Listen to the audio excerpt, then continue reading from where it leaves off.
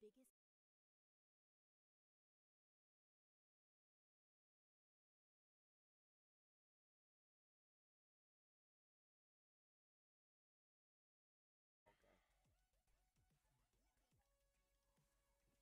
make sure you guys are entering that giveaway. You get one entry for Paul me.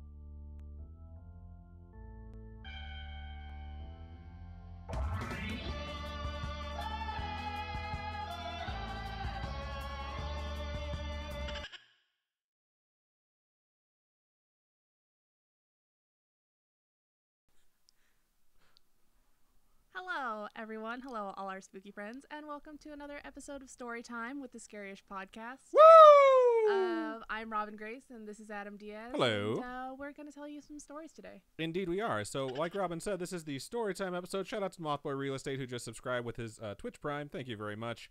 And we are recording them live. So thank you to everyone who's joined us on twitch.tv/scaryish and youtube.com/scaryish. It is so much fun when you guys join us. That way we can read these stories, then talk to you about what we think about them. And for those of you just listening to the regular podcast version, we appreciate all of you as well. Robin, the Storytime episodes, we talk about homegrown horrors. Now, what are those? So homegrown horrors are the paranormal, supernatural experiences that you guys have had, whether it be you, your friends, your family, different family members that just have creeped you out. So... Or not it could be a story about be... something that happened to them, not just that they are creepy and that they creep you out. We all have that one weird uncle. You can send us stories about them if you want. I feel like I have multiple people in my life, not my uncles or anything. I was going to say, man, creepy. Hopefully your uncles aren't listening to this. No. But yeah, no. So it doesn't have to be weird, creepy things. It could be funny or really emotional. We've had a lot of those, and I think those are really great. I was picking the subject lines for today's emails, and I noticed that one of them said very sad, like warning, very sad. So I'm pretty sure I gave that one to myself. Okay.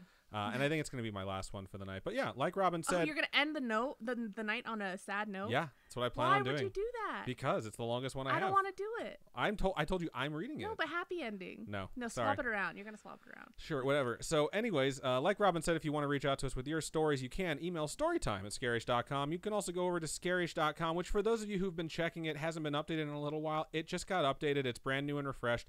They changed around how WordPress works. So a little while. A little while is like a few weeks. Oh my god. Yeah, they changed around how publishing and drafts and all that fun stuff works. So there's been some stuff sitting in draft, and then there's been a couple of weeks where I just didn't update it. Mm-hmm. So it made for a while since it's been updated. It's updated now. We're going to get a new page up there soon. I'm not going to spoil anything because I'm not sure when it's going to go up. That said, you can go to scarish.com, click on Contact Us, and fill out that form, send it directly to us. And from there, you can click all our social medias. You can click the Discord link from there and join us, which is just a fun chat room server for those of you who don't know. For those of you who know what Discord is, you can just click that one time, and then you're in there. You can also go to our Facebook, which is facebook.com/scarishpodcast. Click like on the page. We're about to hit 700 likes. Pretty happy about that. And you can message us directly there. You can also join the Scarish Spooky Friends group, which is on our Facebook page, and post there for some instant feedback if you want, or just enjoy the multitudes of memes that we share there. And we also share in Discord. It's really fun. It's a good spot. You can relieve some tension, and you can also, and the Discord's a really nice spot to let off some steam too if you're having some rough stuff happening in your life, because we have a mental health check-in chat. We're not professionals, but we're all people that kind of like want to hear your story. That way you don't have to bottle it all up, and we can tell you like, hey, things are going to get better. So that said, you can also tweet at us at ScarishPod and Instagram us at ScarishPodcast. And I think that's just about all the different ways you guys can reach out to us. So awesome. I think you're going to start the night. I'll start the night with our first email here. Our first emails, let's see, doesn't have a subject. Hold on. Oh, it's called My Story. That's the subject. It's a pretty good subject. I'm not going to lie. So it goes, hey guys. Hey. Hello. I discovered your podcast 2 days ago, and I'm totally loving it. Good. We're glad you're loving it, because we wouldn't be here. Oh no, that's a copyright strike, right? Yep, right there. Can't. You're welcome. All right. I want to tell you the story of my childhood. I was like 6 or 7, and my mom and I, it's just the both of us, lived in this apartment. My mom and I would have this situation that we actually did not tell each other until later. That's both hilarious and creepy. So you're both like, this is happening to me. This is happening to me. I'm too afraid of telling the other person because I don't want to freak them out. But well, let's go ahead and see what this situation is. So what happened to me were 2 things. Since it was only me and my mom, we would sleep together. And one night I woke up in the middle of the night, and I was in that moment where you're half asleep, but you can still listen. That's creepy. So out of nowhere, I felt a big right hand touch my back and push me into it. So push you into the bed, maybe? Yeah, that's kind of what it sounded like. Shout out to Theoretical Rhetoric, which is a pretty solid Twitch handle for following us on Twitch. We appreciate you. Blah, blah, blah. I woke up and looked at my mom thinking it was her, but it was not possible since she had to go to the other side to touch me with her right hand. And she was sleeping.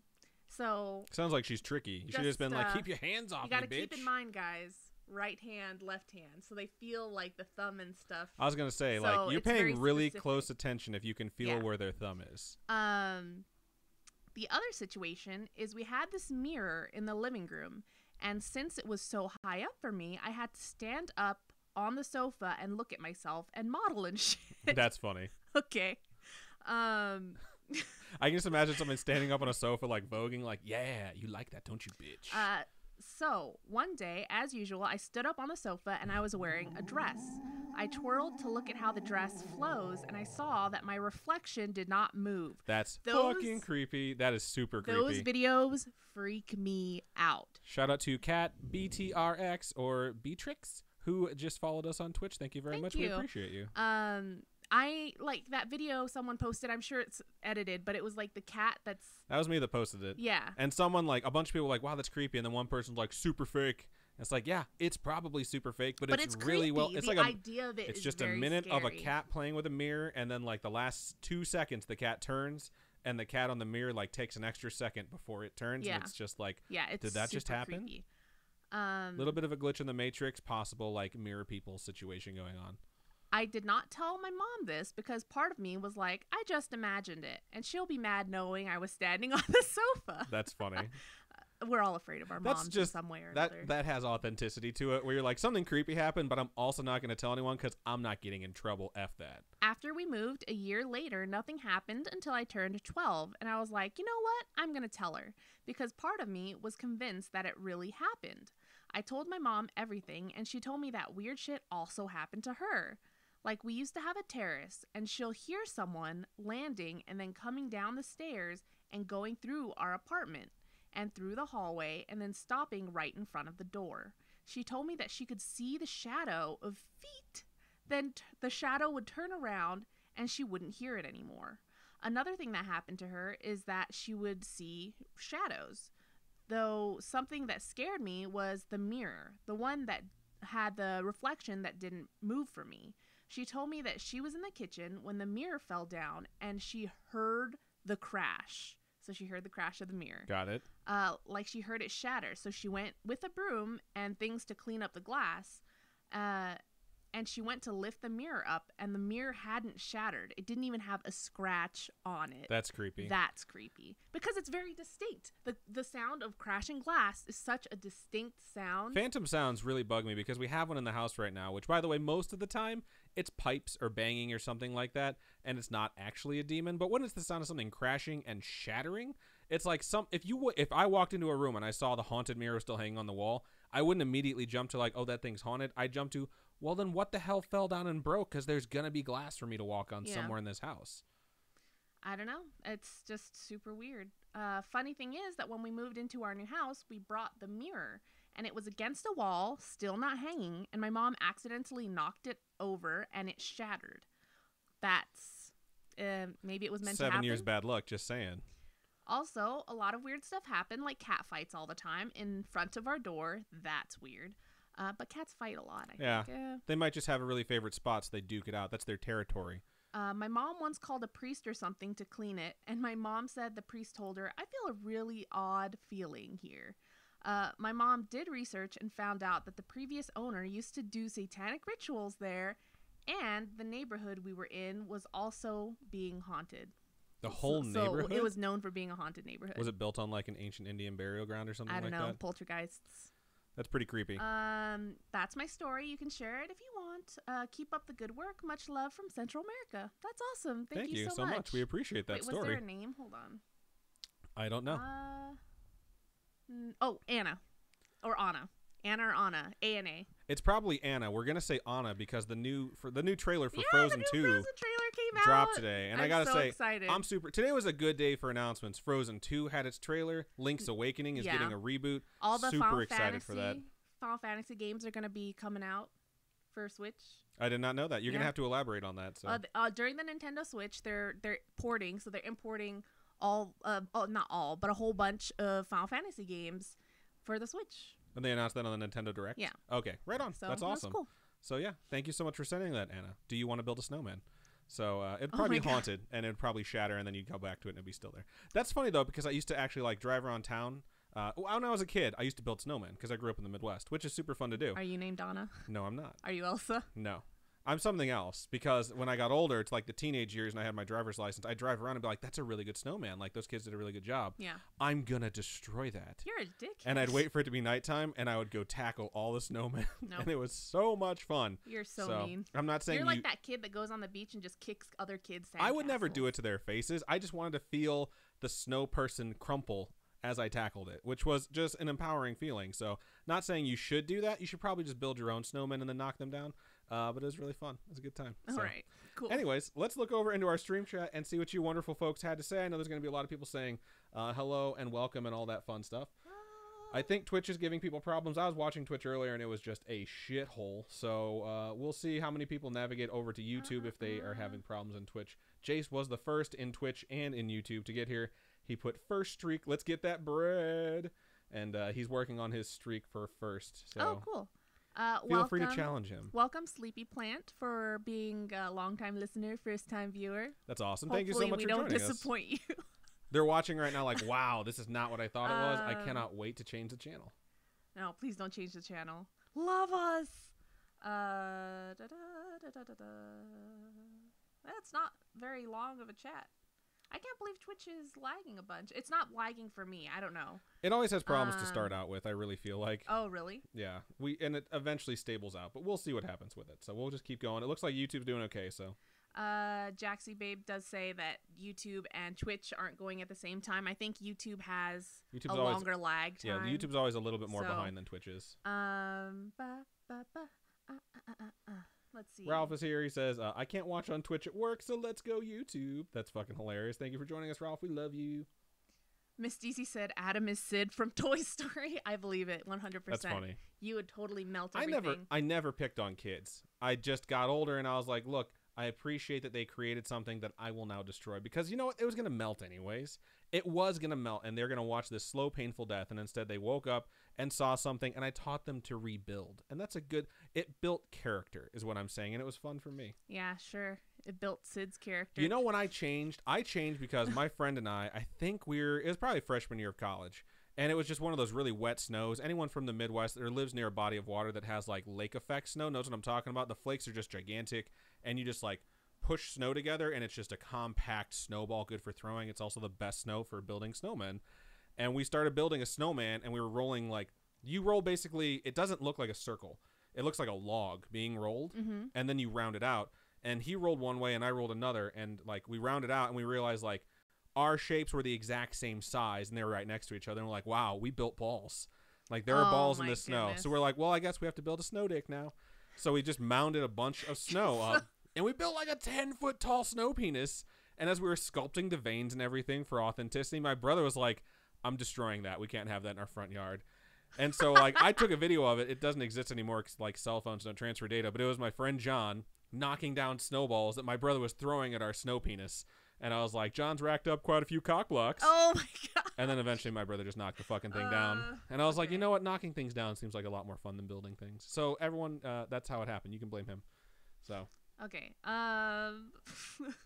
Let's see. Don't judge me. Carly says, can't wait for Frozen 2. I can't wait for Frozen. I'm so excited. Frozen's just a good movie, man. It makes fun of its own, the Disney tropes that we all make fun of, where it's like, oh, you fell in love with this person in a single night and you're going to get married? That's dumb.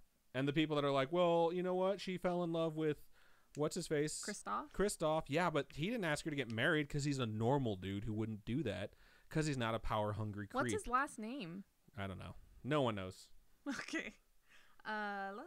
What's Elsa's last name? What's Anna's last name? Of Arendelle? Yes. That's their last name. There you go. Let's see. Chessy Cat says, it might be a little quiet. Icing cupcakes and cupcakes. I love cupcakes. Jinx Minx, I had a snowman that started melting backwards and it looked like it had scoliosis. That's hilarious. Jay says, I'm making some Valentines for some kids, so I'm sorry if I'm not active a lot. No worries. Alexander said, I am here, my Valentine, with a heart. That's super romantic. Floor says, hi, guys. And then Jay says, Alexandra, my Valentine, with 2 more hearts. That's so sweet. Aww. Jaxie says, living in the Midwest my whole life makes me miss the lake effect snow. Snow here in Portland is genuinely not the same. You've been getting a lot of snow, though. A lot of my friends that live in Seattle, because for some reason I have a lot of friends that live in Seattle or Pacific Northwest like Canada area, everything. They are just covered in snow right now. Yeah. It is absolutely incredible. I'm just like, why? I want snow. I'm jelly. We can visit snow on the mountain, then come back, which I'm totally cool with.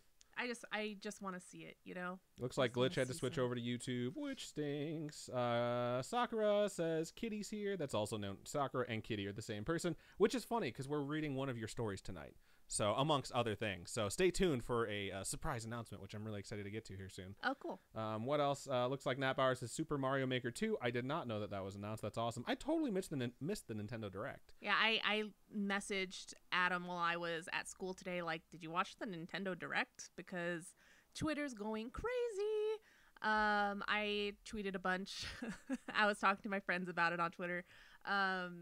But I'm super excited about all this new stuff. I'm wearing my Triforce earrings because Link's Awakening. That one's upside down. That's a Tetraforce. Oh, Be careful sorry. with that. Link's Awakening remake got It looks good, announced. too. Yeah. It looks like a So- more advanced version of Link Between Worlds. So hopefully it'll be good. Lots of good stuff. I won't spoil Link's Awakening. We're not but a video game podcast. We're just nerdy. We're not. But for anyone who's like an OG Zelda fan, it's the first Zelda Game Boy game that was made. And it's kind of heavy. And it's really good. And I really like it. It's one of my favorites. There was one other thing I was going to say, and I've totally forgotten now. Oh, I was going to read this. Marley and Mama G says, hi, Auntie and Uncle. Hello. Hello. Hello, Marley. Love us forever. She's probably like, ha. All right. So that's everything No, I this got is over what she here. does. Yeah, she waves. She's adorable. So that's everything I have for YouTube chat. Do you got anything else left over there in Twitch chat? No. Albrin says, can't wait for Frozen part in Kingdom Hearts 3. I'm only up to Tangled. I just finished 2.9. You have no idea how annoyed. She had to wait for an extra week before she got her I had game. to wait an extra. Thank you for subscribing, CJ. Shout out Sacred Infinity. I had to love wait an you. extra week to get my copy of Kingdom Hearts 3 in because I got the stupid deluxe edition and had to get it from Square Enix. It was a whole thing. If you guys have We've been talked watching the about it. episodes, you know. Amazon canceled our shit. Yeah, and so I finally got my copy in, and then school got in the way. I ended up playing Fallout 76 instead, but I just started Kingdom Hearts 3. I had school, so I played Fallout 76 instead. Whatever. I just love that. But I finally sat down. Adam watched me start playing because he was like, I want to watch it. I've never played it before. So We I was like, watched all the right. background videos too to like tell you like this is the story up to here. And after watching like 5 or 6 chapters, which basically recapped all the games beforehand, Yeah. I was like, I have no idea what the fuck is going on. Let's go ahead and watch a YouTube video that'll explain it a little bit further. It was like a It's really 35 long minutes video. long, Yeah, but now I kind of am caught up on the because Kingdom I was trying Hearts to lore. explain some things to Adam, and Adam's like, "What? Why?" I was like, wait, and- okay, Heartless, Nobodies. What are you talking about? So, but and I was pointing out all these characters, and he's like, "I don't understand what these characters are," because I was like, "Well, that's Aqua, and that's this, and that's that," and so now he's sitting down with me playing this game and trying to figure out this whole Disney Final Fantasy mix weird thing that's going on. And I just finished 2.9. And 2.9 is basically the prologue to the game it for was those of so you who don't know. long. It was very long. Oh, well, it's long how I play because I need to look at every single crevice in the Marley game. waved back at us. Oh my Hello. god, you're so Um, adorable. But we finally started playing, and now I just got into like Twilight Town or whatever, and now my goal is to find all the treasure chests and all the lucky spots, like the lucky emblems or whatever, before I even move on, which is a bad idea. I should just keep playing and then go back and find all the lucky emblems and stuff later. But that's just Very how true. I play. Anyway, this isn't a video game podcast. We're supposed to be reading We're just stories. nerds. So let's go read stories. Go, go, go. Right on. So I'm going to move on into my first one of the evening, and this one's subject is Got Me a Story for You. Cool. So pretty solid.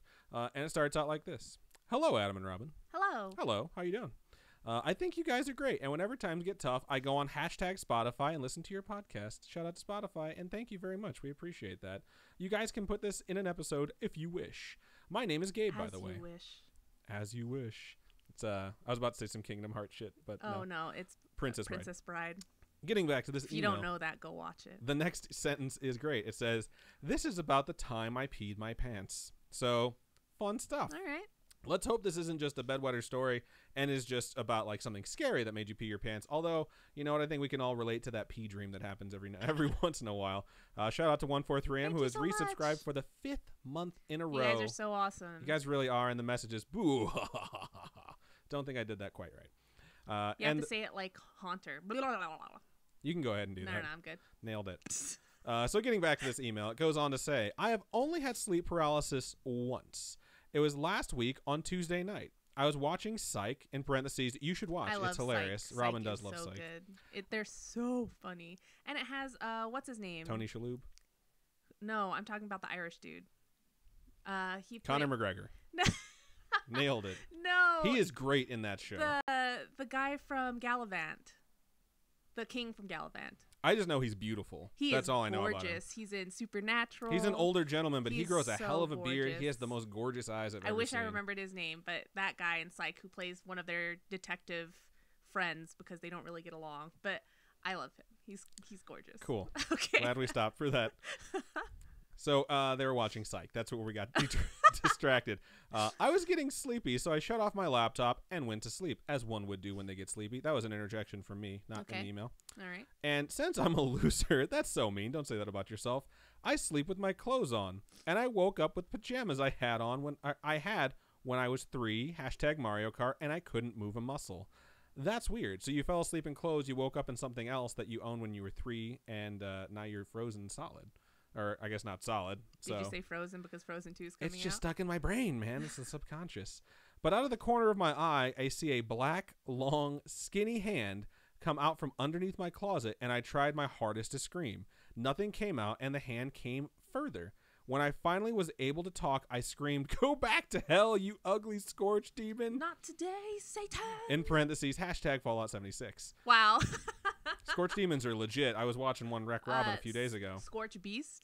It says Scorch Demon. So. Oh, okay. The Scorch Beasts in Fallout 76 suck. Maybe Those there's Scorch demons that you gigantic, just haven't gotten to. Oh my gosh. They're basically like zombie dragons, kind of, a little bit. I don't know. I'm asking you. I don't know. They're just, they're like these big, huge creatures, and they look horrible. They're awful. They wreck your shit. Don't they breathe radiation, too? Yeah, it's awful. That's weird. I woke up covered in sweat. I thanked God it was over, went to the bathroom, and came back to my room, changed my underwear, in parentheses, it was covered in pee. Oh, and went back to bed. Sorry if it was short and not scary enough, but it felt scary enough to share. Thank you guys for listening. You guys rock. Peace sign. Thank you so much for sharing your story. That sucks. That does suck. It's always embarrassing when that happens to you. I was going to say, it's pretty bold to just be like, I'm going to share this because, hey, I feel like sharing it. So yeah, well, good for Adam's shared his poop himself story. I have shit my pants before, Yeah. so don't feel bad. I peed myself before. Everyone's peed themselves before. Yeah, That hasn't happened very recently. No, but like when you're a kid, it always happens. It was always like, man, I really need to go to the bathroom in your dream. And then you go to the bathroom in your dream. And you're like, why am I not feeling relieved? And it just keeps going and going and going. That's how it always was for me when I was a kid. Yeah, I've never had the dream where I've gone to the bathroom and then I wake up and I've gone to the bathroom, but I've woken up having had that happen to me. I've had that dream, I should say, where you're like working on a car or doing something industrial and you wake up and you're strangling a homeless person and there's blood all over your hands and you're just like, how did that happen and why did I climax? It's really weird. There's been a lot of serial killer shit going on lately and I've been listening to a lot of true crime again, so that's clearly a joke, but Robin's making that face like I was being serious. Gross. Just saying. Like, okay. Cool. Let's look over in stream chat then. For those of you who have senses of humor, unlike Robin. Jesus. Okay. Scrolling back. I don't know where. My mouse died. So I have Welcome to the world of people without mouses that have to use trackpads. Yeah, I'm not using my trackpad. I'm just like, if you see my arm like poking my screen, it's because I have a touch screen, and so it might look weird, but I'm just trying to scroll. She just wants you to know she's not a pleb like me. Yeah, you are a pleb. Right. Carly had to switch from Twitch to YouTube because Twitch sucks. And she says, hi, YouTube spooky friends. Hello. Air Dude says, just saying hi before bed. Thank you for joining, even if you jumped in for a second. It's totally worth it for us to have you guys join us. Absolutely. Just even for a second. We love it when you guys pop in and let us know. Thank you. Ralph says, this might be my very last live podcast. Sad face. Why is it? I'm guessing because of new employment is not going to be able to let him watch, and he has different shifts or something like that. Maybe night shifts. Or maybe because he's going to the island of the dolls and he'll never return. Nurse? I hate you so much. If you guys don't know what that is, don't look it up. It's not good for you. Nat I mean, Bauer it could says, be good for you. what's everyone's favorite Ghibli movie? Yesterday I went to work and I was wearing a Totoro, like a My Neighbor Totoro sweater, and my coworker's like, it's that thing from that movie. And I was like, Totoro? She's like, yeah, isn't it that Studio something? And I was like, Studio Ghibli. And she's like, yeah, I'm hip. I'm like, I'm hip I'm hop like, hip hop I was just anonymous. like, I love you. That's so You're funny. awesome. I love her. She's like one of my favorite people. Should I be an elitist with my But, pinky up and say the exclusive movie that you get to watch when you visit the only Ghibli museum in the world the one in with Japan? the bug? Shh, don't spoil it. Sorry. Can't give it away. They made us sign an NDA. Oh, Not no, really. They didn't. It was Just very kidding. cute. I don't know what my I favorite really Ghibli like Spirited movie is. Away. Spirited Away is good. I like. What is that one? Not Spirited Away. I'm Princess happy- Mononoke. Princess Mononoke is the one I had really in my like head. Princess Mononoke. I was literally sitting here like, should I say that? Because I'm not 100% sure that it's Studio Ghibli or not. Because it has such a different feel than some of the other movies. No, But it's a Studio Ghibli. Princess Mononoke is excellent. I Yeah. haven't seen it in a long time, but I still remember the Spirit of the Forest when they first see it. It's like, holy Yeah. shit, that's amazing. Yeah. So, yeah, that's a great movie. Princess Mononoke is good. Spirited Away is just like one of the more iconic ones that everybody knows. There was one that we watched where we were like, man, this is fucking depressing. Was it the one about the with the airplane designer? That one is depressing, yeah. Yeah. Is that It's a not Studio terribly- Ghibli one? I don't know if it is. I thought the Wolf one was the Studio Ghibli one, but it turns out that No, wasn't the that's Studio Ghibli not. one either. Yeah, That no. one's terribly depressing Wolf as well. Children? Oh my goodness. It's good because it gives you an idea was- of like community, and then it's like at the same But time. then it's like, let us rip your heart out real quick. Yeah, it starts Oh, out sad, so man. you kind of get an idea that it's going to be sad the entire time. Marley and me says, Ponyo. Oh, I forgot about Ponyo. Let's not hit Sorry. the table. You do that so many times during the broadcast. I really, really, really enjoy Ponyo. I used to have, I used to sing the song from Ponyo all the time, and just Miss Deezy says, never seen one. We're not going to point and laugh, Miss Deezy. you got to see one. What would be a good beginner Studio Ghibli movie? You guys can post in the chat and just see which one's a good starter movie that's not going to rip someone's heart out. And Some people are saying Grave of the Fireflies, so, which is funny because people just did that thing where you like adjust the Yes! brightness slider up and you and realize there's like a freaking bomber in the background, there's just like a dropping B-2 bomber. bombs. I was like, what? Anyway, back to reading some more chats. Let's see. Miss Deezy asked if we were talking about Apex Legends. We have not played Apex Legends, and I probably won't ever play Apex she's not Legends. a Battlegrounds lady. It's not my thing. I'll stick with just playing Overwatch because I don't play PUBG. I don't play Fortnite. I don't play any of those big Battlegrounds battle. games. Yeah. It's just not my thing. We haven't really talked about Apex Legends. That said, I think it's very interesting that Respawn, who works for EA, announced a game, released it the same day, and they didn't charge anything for it. It's like it's totally free. It's the Battleground idea, but you're playing like squads of 3, which is exactly why I'll never play or even try it because I don't have a squad of 3. That said, I'd probably play something else. I'd probably play a different form of Battlegrounds. Good Lord. Sorry. I'd play a different form of... Holy shit. Get your shit together. Sorry. Also, bless you. Oh, it wasn't a sneeze. They were coughs. I have no idea what sound is coming out of you. Okay. But yeah, I'll probably never play it. So anyone who's played it, though, feel free to let us know. I have a friend who works for Epic Games, and he was like, I don't like it. But Epic does make Fortnite. So he might be a little bit biased, but at the same time, I trust his opinion in games. So. All right. Glitchgrim over in YouTube says, points and laughs at Miss Deezy. Be nice. Yeah, be nice. No heckling. We just watched an episode of Top Chef last night where one of their housemates like makes this entire stadium, or not stadium, but like it's a stadium. It's a stadium. Just heckles this one chef. It's just someone made a mistake and they did something a shortcut way, and then they brought it up, and they're in like this entire arena in Kentucky, and like everyone starts booing and like heckling them. Like, yeah. It's like 4,800 people like booing someone when you were just cooking food. So yeah, no heckling here. We're not into that. They're joking around, and I know that they have their own thing, and it's something where like Glitch is usually in Twitch, so they're used to talking shit to each other. Kat says Totoro is all of my childhood, but all of them are so good. Kiki's Delivery Service says Spooky Zora. I love Kiki's Delivery Service. That one doesn't rip your heart out. It's really cute. I absolutely love it. Gigi is the cutest black cat. Have you never seen it? Nope. Kiki's Delivery. Oh, it's so good. We gotta watch it. Put it on the list. Okay, Let's so see. Before we move on, it is 7 p.m. Oh. 7 p.m. means it's special announcement time. So I want to say that we had one of our listeners/viewers reach out to us and say like, hey, here's this thing. Can you guys help me with this? And we said, absolutely. So there's two things. First and foremost, we want to wish an early happy birthday to Brian Reyes, who is one of our listeners, maybe just like the spouse of a listener, a very devoted listener, Kitty, who's in the YouTube right now. And his birthday is tomorrow on Valentine's Day, so he's a love baby, I think is the best way to describe it. So happy birthday, Brian. And there's one other thing that we're supposed to say. What was it again? You're going to be a dad again. You're going to be a dad again. So congratulations. We got to do our first pregnancy announcement through Scarish. So hooray for you. Congratulations. We're very happy for you. We hope you're freaking out right now, but in a good way. But in a good way. Very congratulations. Good way. Hopefully it's a good way. You're going to be a dad again. And she messaged us and let us know, like, hey, I just found out. I want to tell my husband. Also, and then she sent us pictures of, like, confirmed tests and stuff like that, where it's like, it's legit. There was, like, 3 tests taken, and they all say positive. So congratulations. Hopefully it's a really smooth, easy pregnancy if one of those things exists. Yeah.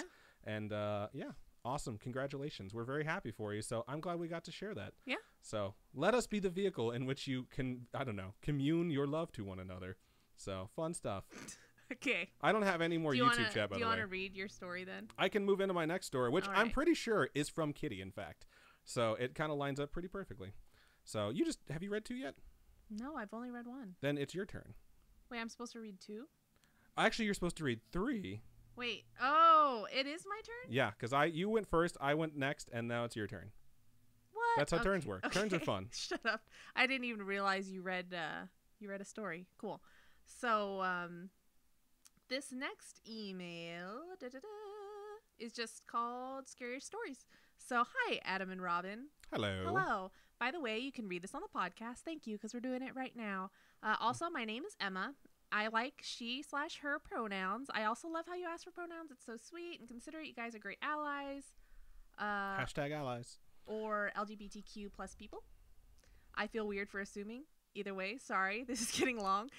You're fine. I just like to be very supportive and very inclusive, and I don't like to make people feel alienated, because I know when I was growing up, I felt totally out of place and didn't fit in anywhere. And Robin's very good for me too, because there's a lot of times when I'm just like unaware of something I might do that might make someone feel alienated. Thank you so much, ASB Bunny, for subscribing. Bunny for subscribing. Thank you. We love you. And no, like I was saying, like Robin's made me very aware. When we used to do Nerd Chills, I used to say like hello boys and girls at the beginning of the episodes, and I still say guys a lot, because to me that's just a group of people. I don't think guys has any.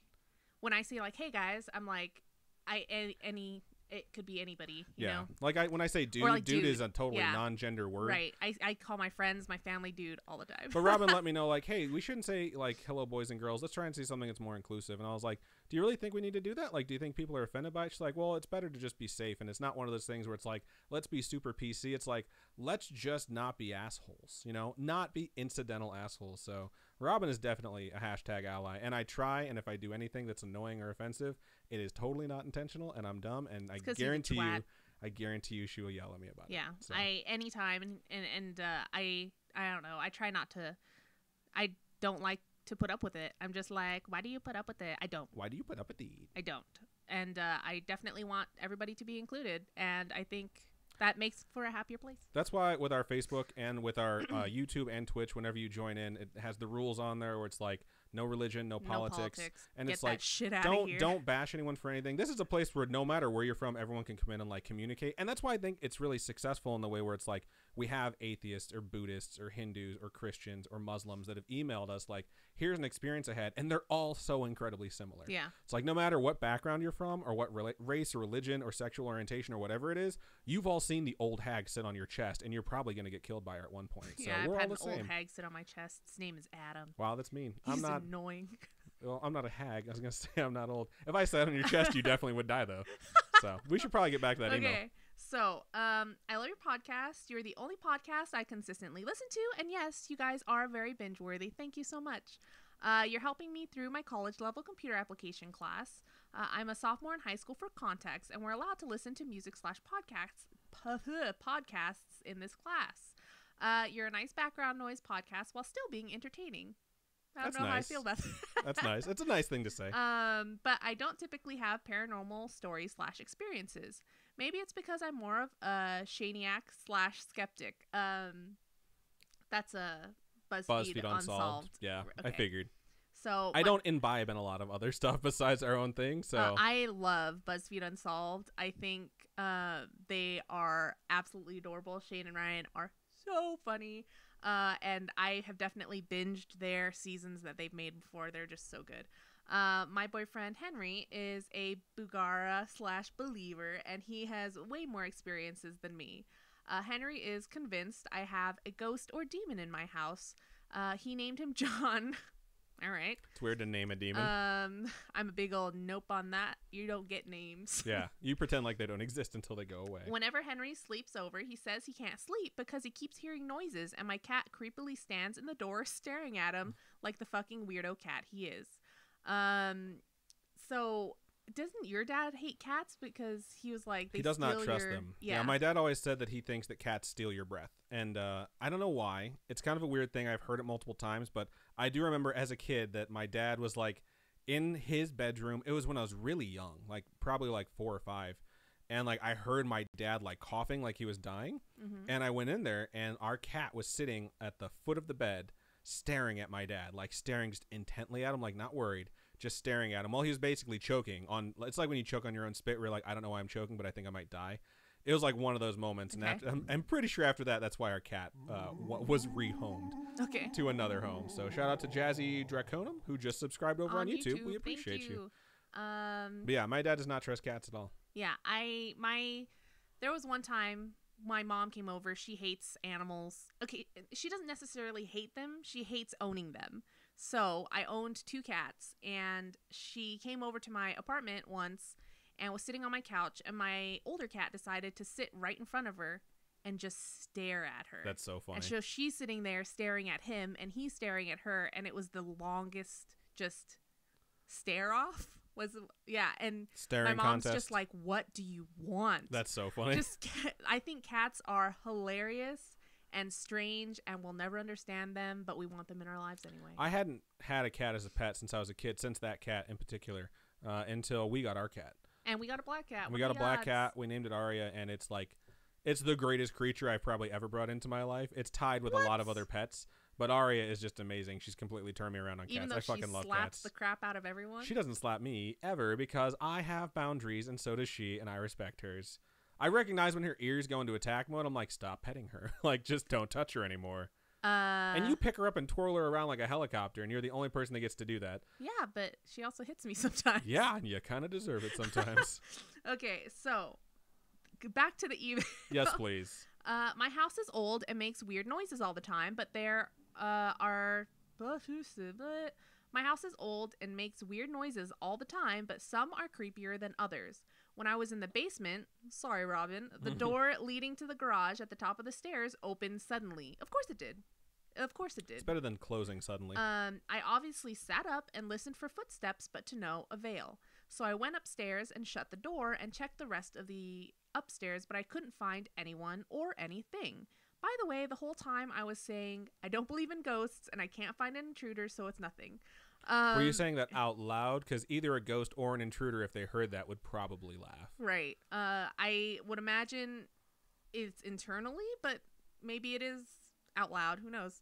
A lot of people talk out loud to themselves. So it's a sign of intelligence, I hear. Yeah, I told you that. Oh, was it? Yeah. Was it you? Okay. I had abnormal psychology and abnormal psychology too when I was in college. And one of the things he said at the beginning of the class was like, we're going to go through a lot of disorders and you're probably going to think you have all of them. Don't worry. Like, you're going to have some of these symptoms, but they're not disorders unless they're like impeding your lifestyle.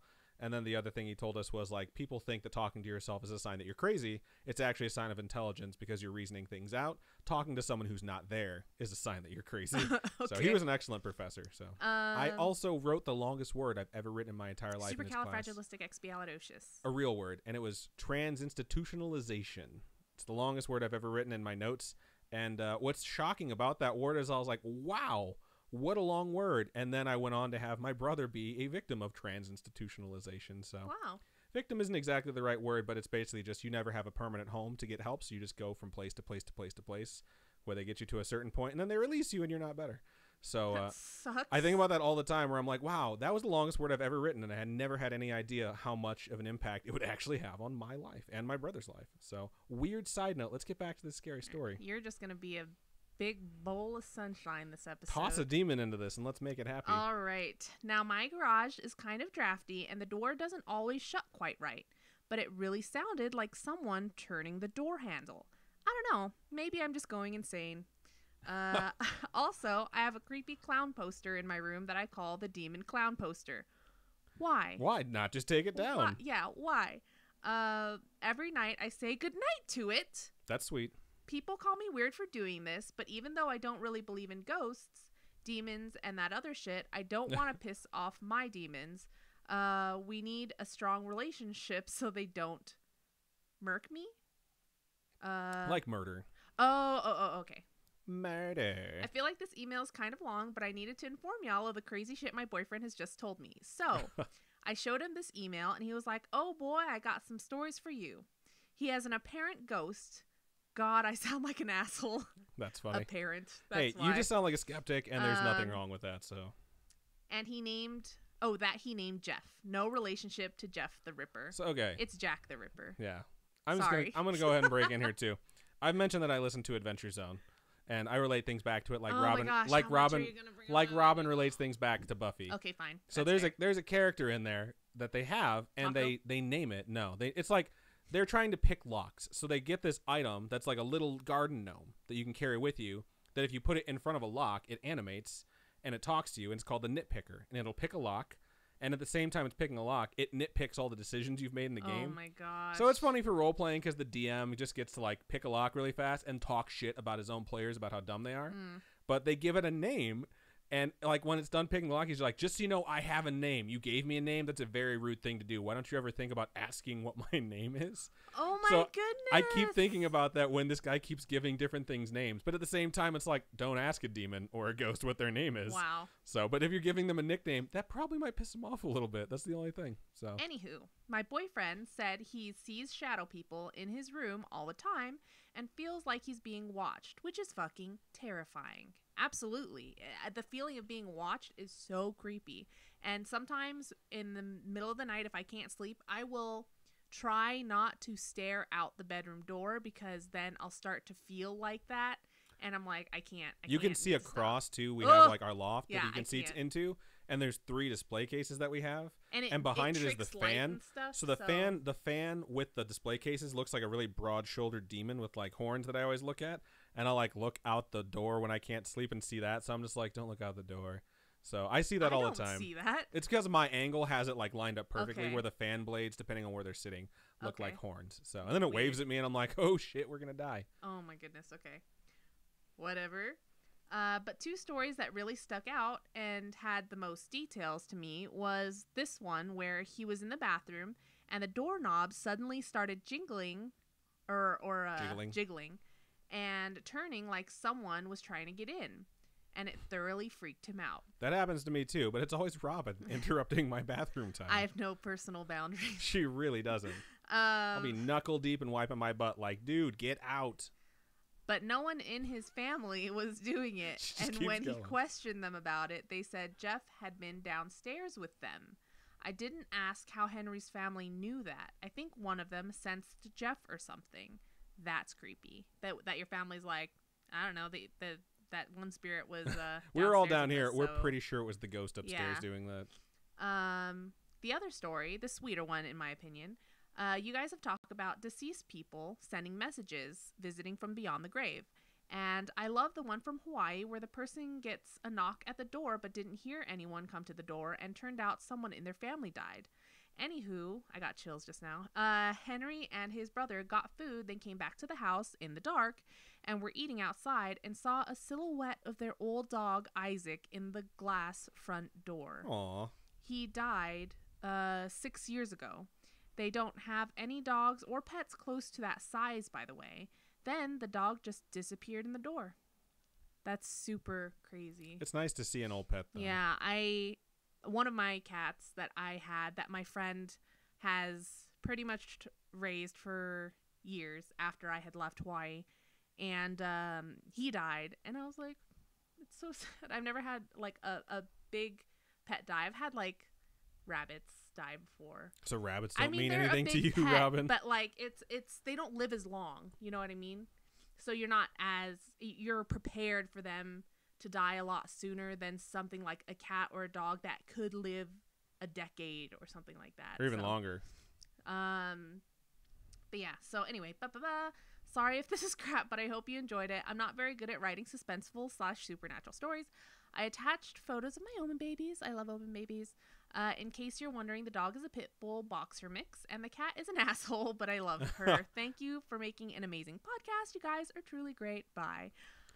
Thank you very much. so much, Emma, for sharing your story with us and your Omen babies. If you guys ever want to share your Omen babies with us, hashtag Omen babies on Twitter, Instagram, anywhere whatever. you want to post it. Yeah, and we love seeing them. Someone posted on the Scary Spooky Friends group, and they're like, I'm not sure if there's a thread for this, so I'm just going to leave my Omen babies here. Just post them. Leave them wherever the F you want. They're not confined to one specific like thread. We want them to just pop up in the feed all the time. So fun. That was good. I really enjoyed that. It was good. I appreciate people who are like slightly skeptic, but not like outrageously skeptic, where you're just offended that someone else has a belief that doesn't match your own, because I'm the same way. I'm just like, we get stuff that comes in and I'm like, okay, cool, this experience probably happened to this person, but I read it through a skeptical viewpoint and I let you guys listen to it so that you can decide whether or not you think it's real. I think you're the Shaniac. I don't know what that means. I'm the Boo. I don't know. What is it called? Don't know. I don't know. I'm like Bugara. Cool. Yeah. So you're Shane. I'm Ryan. That's how it works. I'm sure they on their show they're like, you're Robin and I'm an Adam. Oh my god, that'd be so cute, guys. Hit us up. They would never say that. that'd be super cool if they hit us up though. Oh my gosh, that'd be amazing because they're absolutely hilarious and I love them. All right, so let's check the stream chat and see what you guys are talking about. Before we go on into like full blown stream chat, I do want to scroll up here and read the stuff that Kitty said regarding the reveal. Because I saw some of it scroll by, and I just wanted to get that on in the podcast. Oh, cool. So cool. Kitty says, guys, you are so awesome. Thank you so much. Brian was so surprised and said, thank you. You made his birthday extra super duper special. Cute. Love you too. We love you guys. Thank you so much for listening. Thank you for letting us be part of that. That was super exciting to do. So it was just really awesome, and we appreciate that. And I'm not saying like everyone send us all announcements that you want to do. Yeah, because we're not gonna be able to. Yeah, it's not always gonna be able to work out, but sometimes it does. So it never hurts to ask. So that was really fun. So we appreciate that, and very, very big congratulations. Maybe to both we'll of you start guys. like a section in the future for how they have the Jumbotron or whatever. We could do something like that. Yeah, we'll see what happens with it. But thank you for letting us be a part of that. All right, so Mothboy Real Estate said he loves that item, the nitpicker. The nitpicker is just so funny. It's just perfect. I have never listened to it. Adam keeps making me. I keep telling her she should, and she's like, "I'll never listen to it because I hate you." I've been making him listen to Ear Biscuits instead because. David Tennant's new podcast, which is David Tennant's new podcast, significantly better than the Ear Jodie Biscuits. Whittaker episode. Oh my god, it's so good. Anyway, let's see. ASB Bunny says, it's me, Alexandra, across from YouTube. Let's see. So she switched over so that she could subscribe to us. We appreciate that so much. Shout out to Jazzy Baby Z, who's followed us now on Twitch, which I think is the same one as Jazzy Draconum. Jazzy Babes. Yes, so thank you so much. We Baby appreciate Z. you. Wherever you're following or subscribing or whatever, we appreciate you. So thank you very much. Let's see. Spooky Zora said, Hag's not gonna get me. I fight back. There you go. You gotta fight back. Let's see. Glitch says, Miss Deezy, I had to come say I heart you and Golden Girls Squad for life. That's hilarious. That is funny. Spooky Zora says, Bugara for life. Let's People see. over, it looks like Nat, Ralph, Carly, they're saying happy birthday, congrats, happy birthday. And then after the announcement of the baby, it was like, wow, congrats, Brian. A lot of stuff for congratulations over there. So great stuff. And then Alexandra came back over to YouTube and was like, I missed you guys so much. So funny. Let's see. Cat says, my sister-in-law is terrified of my cat because in Vietnam, a cat fell from a telephone pole into their water tank and drowned. What the French toast? That's gross. That is freaking gross. Not as gross as Elise Lamb. Pretty gross. That's also really gross. Jackson Babe says, Jazzy was very happy you said her name right. Aw, cute. And then I messed it up the second time. Nat Bauer says, I go by they/them, and I agree with the dude and guys thing. I really appreciate this conversation about pronouns. I love you both so much. Aw, Thank yay. you. And I think that's another thing too, is like I see a lot of people on my feed on my Facebook, because I follow a lot of people I went to high school with, and a lot of people are very polarized on their opinions.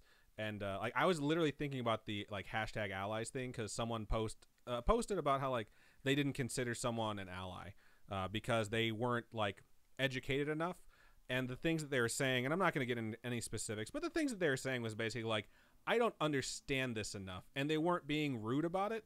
and they're just saying like, I straight up don't understand, and it's like they're not an ally, and it's like, well, that's the thing, man. Like, if you educate them, and like they're proclaiming like, I'm ignorant on this, I don't want to be ignorant on this, and you're like shitty to them, it's like you're turning away an ally. You know what I mean? Yeah. So it's like, it's really nice to hear like people say like, I like this discussion, you know, because like I know for a fact that there's some things that I did growing up where I'm like, I never thought about that stuff, and then the older I got and the more I paid attention, I was just like, this is not hard to do. It's like being a skeptical, but still like apologizing to dolls when I move them just in case they're going to come to life to kill me. It's like, it's just courtesy, and you just don't have to be a jerk for no reason. And it's like, if you're not trying to be a jerk and you don't want to be a jerk, then if it's just so simple as just making a small adjustment, then why the hell don't you just do that? Otherwise, you're just being ignorant. Yeah, okay. And I don't prefer to be that in any way, shape, or form. And I think there's a lot of people out there who agree on that sentiment. And it's just sometimes it's like they might get attacked because they have like a bigger platform or they just don't say something right. And some people are just naturally stupid. So it's just it's just how it is, man. I'm just saying, like, some people, like, they trip over their tongue and they're like, whoops, fucked that up. And then it's like, gang like pile on this person. A little bit, yeah. That was really awkward. That was a lot of editing last week where it's like, let's adjust this so it's like pro-suicide hotline and not serial killers are there. So, fun stuff. Back to the chat. Spooky Zora says, OMG, I can't have anything that could be perceived as a person in my room. Pretty much guarantees a night terror. Yeah, like jackets and stuff hanging freaks me out. We have a bunch of hats hanging, and sometimes it freaks me out. Robin hangs every lanyard she gets on our doorknob, so if the door even slightly moves, you hear it like hit the door, so it sounds like someone's coming in the room. I have a collection growing of like all our BlizzCon badges and E3 badges, and just different cons we're always going to, because we're always on the move. Because we're giant nerds. Giant nerds. So, giant nerds. Jace over there says, me being a trans guy, and thought I was non-binary for a hot second, I agree with the guy/dude thing.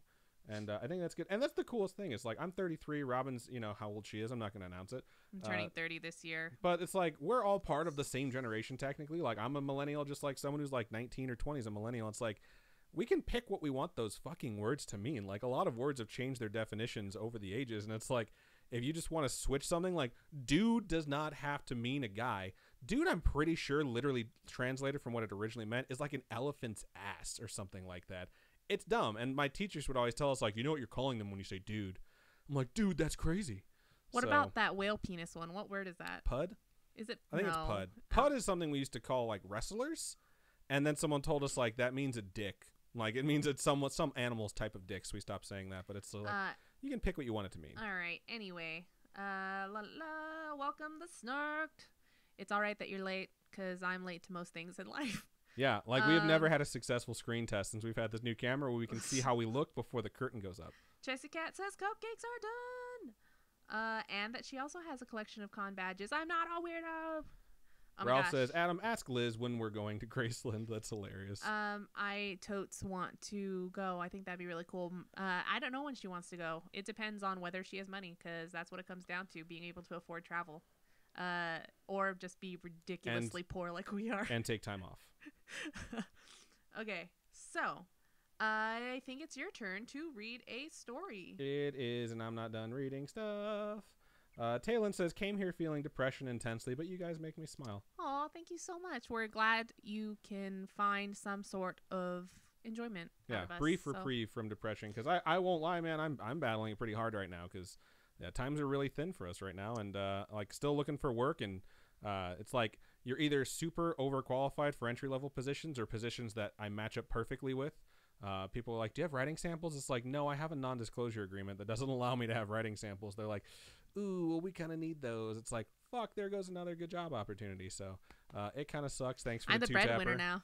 She is the breadwinner awesome. now. Unemployment is officially like exhausted. So it's just a bunch of fighting for some freelance positions where it's just like, yeah, I'd love to write that personal essay for your entry-level English course, Upwork person. And they're like, no, you don't have enough experience on Upwork. And I'm just like, are you fucking kidding me right now? So, yeah. You want to write my lab reports for school? I write all of your shit for you. So, not true. Any of her professors that are watching. She writes them, and then she asks me if I can proofread them because, I have that degree, which I'm currently doing jack shit with. So, all right. What I'm saying is I totally understand the depression thing. And I'm very happy that we can provide some sort of brief reprieve for you. So, get reading. Again, I'm not done with my YouTube chat. Atlanta. Inferno Red says, took a shower. What did I miss? Just a pregnancy announcement. No big deal.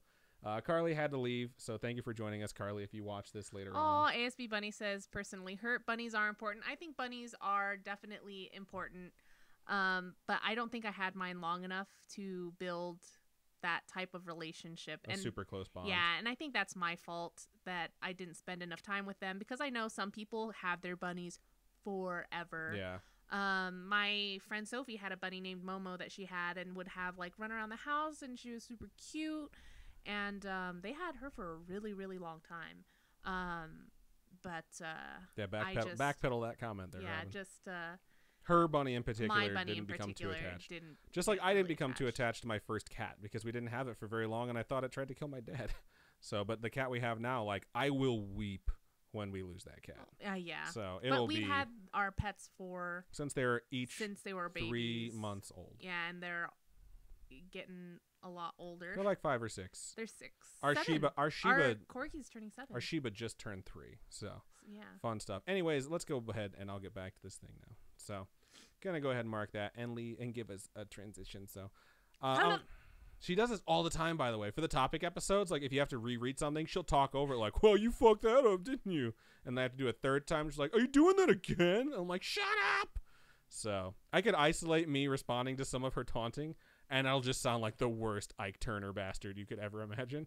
And then, like, if you just let it run a little bit longer, you can hear her giggling in the background. So I just take all that shit out. If you ever hear a transition that sounds a little rough and you can hear her giggling in the background, it's because she's taunted the fuck out of me and then just laughed about it, like, for 5 minutes while I was trying to move on. Anyways, I'm going to move on to my second email of the night. Oh, yeah, you tell me. So this one's subject is homegrown terror, which is worse than homegrown horror, I think. Is terror worse than horror, Robin? What's worse, having something be horrifying or having something be terrifying? I'd rather be scared than horrified. Would you rather be horrified than terrified? Which is what I originally asked. No. Being terrified is like being scared. Being horrified is like, oh my dear Lord, why? Okay, so this isn't as scary apparently, but we're going to get to this. So it starts out like this. Hello, Adam and Robin. Hello. I'm new here and wanted to share my experiences. My name is Sakura, which is Kitty from the chat, who we just did the pregnancy announcement for. So hello, hi. This is like 2 months old, so she's been with us for 2 months. So that's awesome to know. From PA, but originally from the Philippines. I have lots of paranormal experiences, which I want to share with you guys. All right. So it started in 1993 when I was 5. Few years after, what are you looking over for? Did you say PI or PA? PA, like Pennsylvania. Oh, okay. Yeah, but from PA. Oh, originally from the Philippines. Okay. Got it. So after we moved back, our new house back in the Philippines, one night our helper, which is the stand maid, fed our dogs outside our house when I saw 2 white human figures from our backyard to the side door, then disappeared. I wondered what that was. So every night I waited. Have we read this one before? I don't know. It kind of sounds familiar, doesn't it? Let us know in the chat if you think we've read this one before. I know she sent multiple ones. I just don't know if we had the same one submitted in multiple ways. This is just riveting audio right now while Robin reads to herself.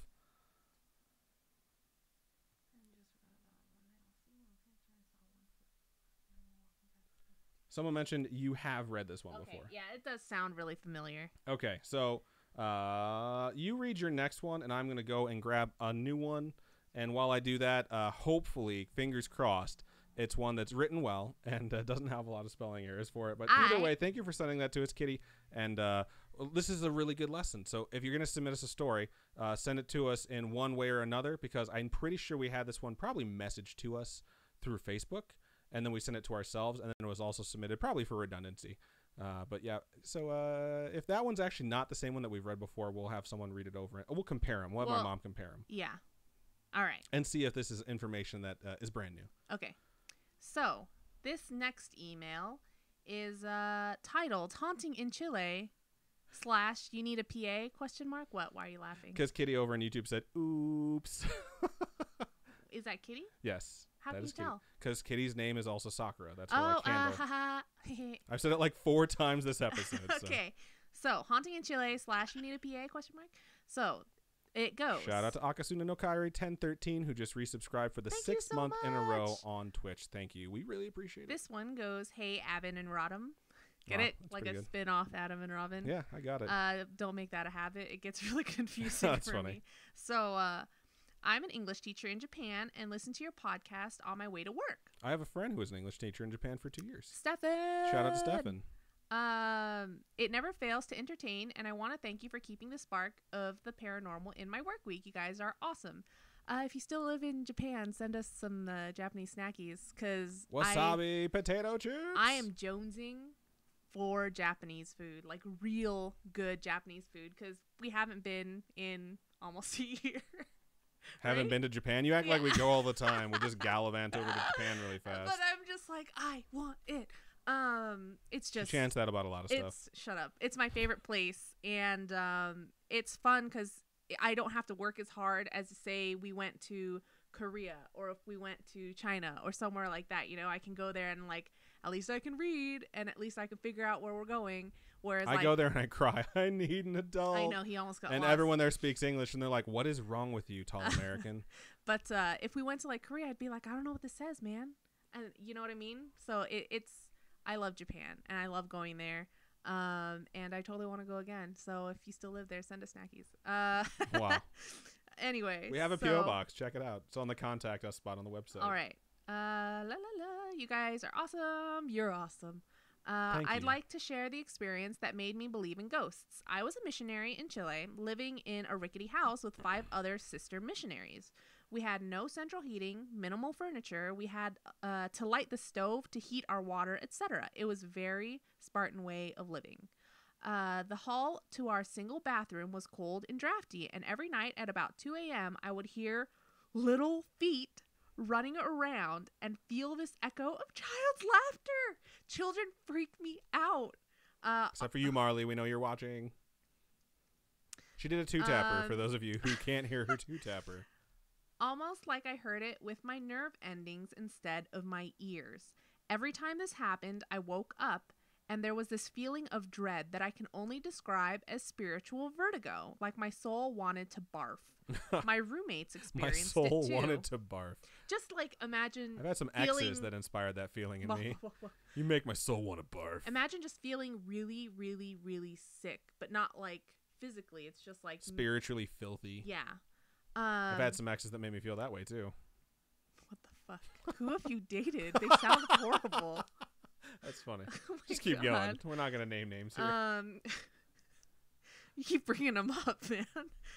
We began calling the apparition La Nina and making her a joke. Spanish for little girl. Why? Because we were all low-key terrified and we felt better if she was relegated to boogeyman status. Oh, look out. It's La Nina. It's going to get you. That's funny. It helped take the edge off. We blessed our house twice and nothing changed. We thought it was our collective imagination, so we decided that when the senior missionaries left and were replaced by younger ones, we wouldn't tell them about La Nina. That way, they couldn't freak themselves out. But they heard it too. I was going to say, that's a really good way to test whether or not something's actually happening. Yeah. Is to just not tell someone that you know is going to have a limited amount of time there. If they're like taking over the home forever, like you were moving, like that one guy who was like, don't worry about all that Catholic relic stuff we buried in the front yard. Like, just leave it or put it back. Maybe just close that after the deal is already set in stone. Thank you so much, Jeff. Thank you so much, Jeff1193, who just followed us on Twitch. We appreciate you. Which is really Jeffa. Jeffa. 1193. It's Jeffa. Jeffa. I don't know. There's only two PHs, so I think Have you ever watched the guy with the puppets? What's his name? He does with Lamb Chop? No. Jim Henson. No, These are all the puppets I know. Guy. He is a comedian that Jeff Dunham. Yes, Jeff Dunham. He has that one puppet that like. You said puppets like he is a ventriloquist. Yeah, the ventriloquist. He's an artist. Whatever. But that's how his puppet says Jeff. It goes Jeffa. That's funny. So that's how I read that. Anyway. That makes sense. Weird. What if that's Jeff Dunham who just subscribed? Shut up. Shout out to you, Jeff Dunham. Thank you for following us. I totally watched your early stand-ups way too much. Anyway, weird things began happening. We found a toy in the bathroom. A year's dead cat in the yard. What? Yeah, I was just like, what the hell just happened? Perla felt hands on her back in the night, and I began waking, paralyzed, unable to do anything but stare at the antlered figure crouching in the corner of my bedroom. Wow. La Nina has antlers. That's a little bit weird. You didn't name her quite aptly. Yeah. what's the Spanish word for deer? I don't know. I don't know. We lost so much sleep and were so terrified that our mission president decided to sell the house and place us somewhere else. Legit. Good idea. Good thing for them to Agreed. man up and do. Like, just get them out of there for even their own safety. Like, why would you keep them in such a small place? If you're missionaries too, you're probably fairly spiritual, and you're just like, we're all experiencing the same thing, and we Right. didn't coordinate our stories here. Like, can we get the F out of here? Because you don't want, especially if you're a missionary, you're like, you're trying to bring this isn't positivity, right. hopefully, into a place, you know, rather than like, oh, we're in a haunted place that we live. I worried that La Nina would follow one of us, but since then there has been no incident. Good. That's a good thing, right? Moved along and stayed with the house, but then whoever's going to move in there later, ooh, sorry, you guys got a big antlered thing. I tried to find a reasonable explanation, and the closest thing I could come up with was carbon monoxide poisoning. What? That's fairly That's accurate. fairly easy to test, though. Like to You see can- whether or not you have carbon monoxide in your home. Yes. I've had carbon monoxide poisoning before. I did Really? not hallucinate. Oh, that I just became explains so violently much. ill. So I hate you so much. Don't be such an old hag. Okay. But that doesn't account for the fact that all 6 of us experienced the same sounds and sensations in that drafty house. You're welcome to read this on the pod if you want. Good thing. And I hope you guys have a wonderful day. Keep on creeping on. Sae. Or maybe say. I don't know. SAE? Yeah. Cool. Thank you. P.S. If you're looking for a PA to filter your emails, I'd be interested in helping. Maybe. That is awesome. My mom got super busy today, and she wasn't sure if she was going to be able to get to all of them. So but we have had a couple offers for indeed we have. email filtering, so we got to figure out what we're gonna do there, because it'll take time. It takes time to move on. Wow. I need love to feel strong. I knew you were going to do it. I knew you were going to finish it out. So Okay. right on. That was pretty good. I really That was appreciate very that. And good. it's I don't know. It's really fun to hear stuff from other parts of the world. Yeah. Because we got a lot, obviously, from the United States because that's where we're based. But like we've had one from Colombia. We've had one from Japan today. We almost had one for the second time. That was from the Philippines. So it's really cool to have an international audience. It's really weird to know we have an international audience too. Like people around the world actually listen to us and interact with us. It is amazing. Or it's this elaborate conspiracy all from my mom who writes really good emails all the time and Thanks, has Linda. all these fake accounts that she logs on here with so we can feel good about ourselves. So Feels good. indeed it does. All right. Let's take a break and look over into stream chat, and then I get to read 2 in a row, ladies and Oh gentlemen. my God, Chessie Cat put Japanese snacks in that box she sent us. So we are waiting to do a video for it. So maybe it's sitting on the table. it's sitting on our dining room table. So maybe after this we will Record that. record the video Since for it. everything is set up. Yeah, since I already have makeup on, it's fine. Miss Deasy says, I am your mom, Adam. I am proud of you. Oh, thanks, Mom. I'm so excited to open that box. I'm totally gonna stuff my face. You just watch. Dana Nana Noel says, how do I donate $5 through Amazon Prime? If you already have Amazon Prime, Twitch.amazon.com. go to twitch.amazon.com and you just link your accounts. You just say like, hey, I'm going to log in through my Amazon. Then it says like, oh, cool. You now have Twitch Prime. And then you just go to our channel and you click subscribe. And it'll say like, do you want to use your Prime subscription, which is their free $5. And you just say yes. And then it subscribes to us and you don't pay a dime because Amazon's already putting up the $5 for it. And that's how you do it. I'm going to scroll up. I see Alexander just said, damn, my cover is blown. Hashtag I'm Adam's mom. Let's see. Chessie Cat says, I'm so excited. I'm going to DC to see the Japanese cherry blossoms. Leo Spooky Chacha Zora's says, going party too. people. I think they showed up just a little bit late. Thank you for joining us. I didn't realize DC had cherry blossoms. I had I didn't no either. idea. I've never been to DC. Yeah, I've never been to DC. I think that'd be really. That should be our next. I would love to go to DC. My parents big went thing. just like on a whim. On a whim, they were like, let's take a vacation to DC, and they loved it. They loved everything they did there.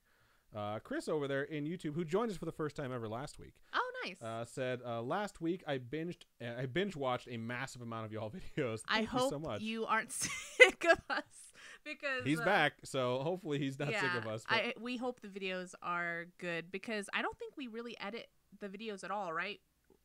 oh no, not I used to even- take off like the first 5 minutes of the countdown, and now I'm just like, people can just click to the next 5 minutes. Yeah, just skip. I have to forward. copyright, protect. I don't know what the good. I have to copyright dispute every episode that comes out because our theme song is something that I took from what do you call it? Audio Blocks, Yeah. which is 100% royalty free, like sound effects and music. And I put like the ghost laughing sound effect on it. No big deal. And then someone copyright strikes it every time we put it up on YouTube, like claiming that it's their music. And I'm like, this is audio block stuff. Like, this is 100% royalty free. So I highlight like this part of the audio blocks agreement where like, this is royalty free. They can't monetize your stuff. And I paste that in a dispute. It takes like 24 hours. And the person who does it every fucking week, like drops it every week. So it's just this dance that we do all the time. So after I've had to do that so many times, I'm like, I'm not taking off the 5-minute countdown. I think everyone's cool with just going and clicking to the next 5 minutes. Yeah, it's fun posting videos. I just need to reach out to the person who made that song and be like, do you want us to just give you credit, man? Like, I don't want to do this all the time, but we're also not popular enough to monetize, and like, it's just how it's going to be. So what were we talking about? We were reading stream chat. Yeah, but we were talking about something else other than the song. Chris joining us? Oh, our new podcast, at least, is going to have OG music, right? It is. My friend Mike, who lives out in LA, I talked to him yesterday. He's like one of my very close friends from like elementary school. Super talented. Does he watch us? I don't think he watches us. He used to listen to Nerd Chills a little bit, but he had sent us some samples a while back for stuff that we could use for a podcast, for the Nerd Chills podcast. And I still had them. And I thought one of these actually kind of fits the movie podcast we're going to do. Can I use it? And I messaged him like, can I still use this? And he was like, absolutely. Also, here's a bunch of other ones. So I had just got done making a theme song with some like extra sound effects and stuff like that. And I'm like, I have a lot more to go through now. But yeah, cool. It's going to be an original piece that was written by my friend Mike. So super excited. So fancy. And we have a awesome logo that was designed by Allbrain, who joins us in the chat all the time. Allbrain's design for our new podcast. It's fantastic. I absolutely love it. It's like, awesome. It's got this Star Wars vibe to it. And he showed us like exactly what was like his inspiration. We're like, this is perfect, man. So it was just a wonderful experience. And he designed it for free, which is amazing. And I can't wait to give all the shout outs. I'm setting up the website. Hopefully tomorrow. I got the logo uploaded to all of our social medias today. That's awesome. I was doing all the about us info. Now we just need to record a couple episodes and finally get approved from iTunes. So sometimes that takes 2 days like it did for this one. Sometimes it takes like a few weeks like it did for Nerd Chills. So hopefully that doesn't take too long. Yeah, right. The Snark says, chase a cat. That's awesome. It's beautiful in DC. Bring allergy pills. That's funny. I'm allergic. Jessica says, I'm allergic to life, but I'm so excited. I'm allergic to life too. I swear. Even waking up in the morning, I have to sneeze like a million times. I got within a few thousand miles of Japan and I started sneezing and tearing up. Yeah. So I'm also allergic to a lot of stuff. Let's see. Talon over in YouTube says, also, I love you both to your ever expanding universe and back. Thank you so much. Valley Girls says, Discord helped me through my depression yesterday. Thank you again, everyone. Thank you so much for being a part of our community, and we're so glad there are so many people that can be there. Yeah, we really do. We appreciate all of you and how you support each other. I worry because I don't go to Discord a lot because it's like I don't always get to check my phone. Yes. And sometimes I'll go in and see like someone dropped something in mental health chat that they're struggling with, and I'm always worried that like I didn't get back to them in time. Yeah. And then I notice like so many people have said something between now and then. And it really makes me feel nice that there's so many people out there that are willing to like listen to someone else's stress, you know, because that's not always like the easiest thing to do if you're stressed yourself. And you guys are great. Glitch Grim says, some people expect you, some leave and never talk to you, but who needs them? Very true. Mothboy Real Estate says, oh my God, my friend Momo has a bunny. Because I was saying my friend Sophie has a bunny named Momo, or had a bunny named Momo. That's funny. Let's see. Jaxie says, bunnies terrify me, so I just can't when they come around. They scream like humans. They scream like humans? I don't know. I've never had my rabbit scream before. That's interesting. I've never heard Bugs Bunny scream. They humped a lot, that's for sure. I mean, that's what they're known for. I watched my sister almost lose a finger to this bunny, followed by being left home alone while they rushed her to the hospital. It was an evil creature. That sounds like just a bad That bunny. sounds like the bunny sounds like from a weird one-off. I was gonna say that sounds like the bunny, the rabbit, or whatever from Monty Python and the Holy Grail. So run away. Have you ever read Bunnicula? I have read Bunnicula. I love the Bunnicula. It was like books. third grade when I read Bunnicula. Yeah, they are amazing. I would definitely recommend it for kids. If you guys have kids that are starting to learn how to read in elementary school and stuff. Yeah. Pretty solid reading. In fourth grade, we had a rabbit that everyone got to take home for a weekend, and you had to write like an essay on what you and the rabbit did. It was named Harrington, and I wanted it to be named Bunnicula, but we named it Harrington. And I can't remember what it was named the year before us. The class before us had named it something else. But at the end of the year, they did a drawing, and someone got to take Harrington home. My friend Lee, who's like one of my closest friends of all time, took it home, and he was in his like tree house, so to speak. It wasn't exactly in a tree, but whatever. And Harrington fell out of it. So Lee's essay was all about how Harrington fell out and hurt his arm, and he like made him like a sling and put like a Band-Aid on him. And because Lee was bored and he was in fourth grade, he made him a wheelchair out of Legos. And it was like, it had like 10 wheels on it. And so when he came to school on Monday, he was just beaming with pride. He had this amazing story. Harrington looked like he had been injured, but he had his like Lego thing. And he wheeled him into the classroom with his Lego wheelchair. Wow. And my friend Joe saw it. And like you would do as an adult internally, he just burst out laughing. Just fucking cackling madly. That's like so a banshee. mean. Because it just tickled his funny bone in a way where he was just laughing so hard. And Lee, a fourth grader, felt all the rage of a person who's just being laughed at that just invested so much of himself into something. Yeah. And man, I fucking saw it. And like, it was just this really adult moment for fourth graders. I was like, he's gonna fucking kill Joe. And he went for him, man. And I grabbed him to hold him back. And like back then I was the same size as Lee. I'm bigger than him now. And then someone else grabbed him, and then 2 more people grabbed him, and Joe he kept laughing and pointing at it, and we have 4 people holding him back. So cute. Lee throws his arm like this and throws 2 people over desks. He was just adrenaline fueled with his rage, and the teacher steps in and takes Lee outside. Pretty sure he just broke into tears. And like his essay was really good. It was this great story, but man, like I'll never forget the moment Joe just started laughing, because it was just like one of those, man, this is the funniest thing I've ever seen laughs. And Lee was just so like, I'm going to fucking murder you now. We still talk about it, obviously. Wow. All right. Some people were guessing over here when we were saying which comedian has the puppet. A lot of people said Jeff Dunham. Talon says Jeff Dunham 0 out of 10. John Mulaney 11 out of 10. I fucking love John Mulaney. I think he's amazing. Itzy Orange Tree has joined us. Says, hey guys, it's been a long time. I haven't stopped by. My Wi-Fi has been horrible. Crying face. We just I missed mailed you. out something to you for winning ages ago. Those scripts, right? We mailed out scripts to you and Kevs this past weekend because there was just a significant delay in getting those out. Yes, it was a significant delay. I swear, they were in our car, and we kept meaning to send it out, and life just got in the way. But Itzy and Kevs, your stuff is coming. It's just taking. It is actually forever. on the way now.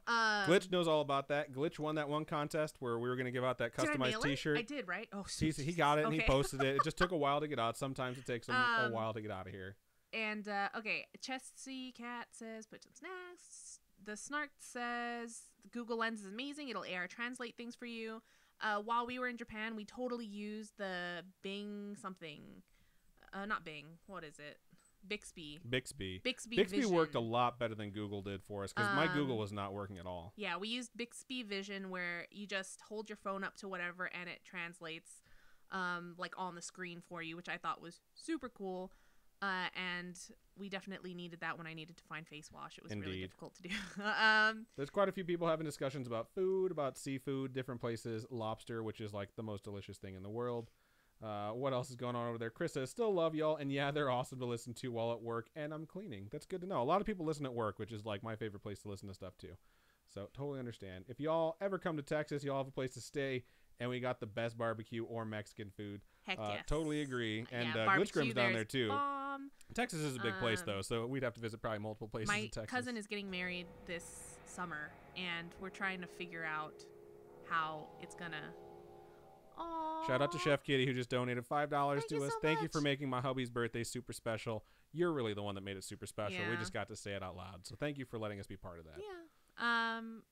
My cousin's getting married in Texas, and I think they're having a country type themed wedding.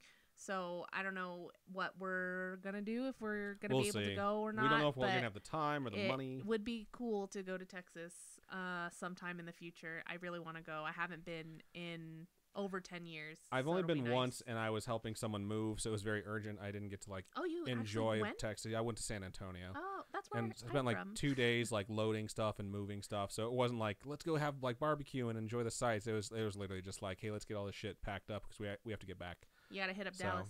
Dallas is fun. We do.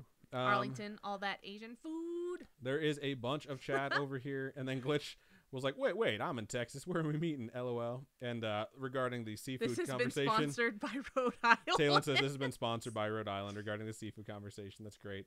So it looks like Glitch is in Dallas. Chris is in Houston. Someone said meet in Austin.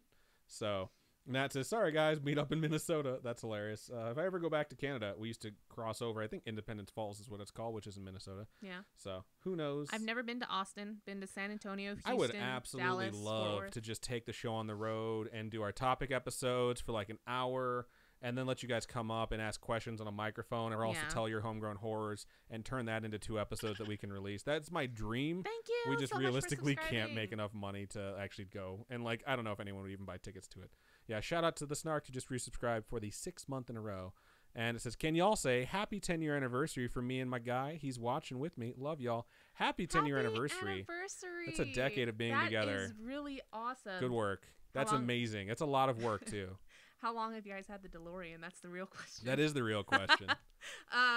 That is so cool. 10 years. How do you even evaluate time when you can travel back in time? Congratulations, guys, so much. That's amazing. That is amazing. Man, when I'm going to get to 10 years with you, I'm just going to be like, you do not spark joy. Wow, that's fucked up. Jay said, so guys, you've given me strength to write my coming out letter to my mom, so wish me luck. Oh, good luck. Good luck. We hope it goes well. It should, and if it doesn't, it should. That's all I'm saying. So best of luck. Stay strong. Yep. What else is going on over here? There's a lot of stuff. Everyone's sending love and saying good luck, hoping for the best.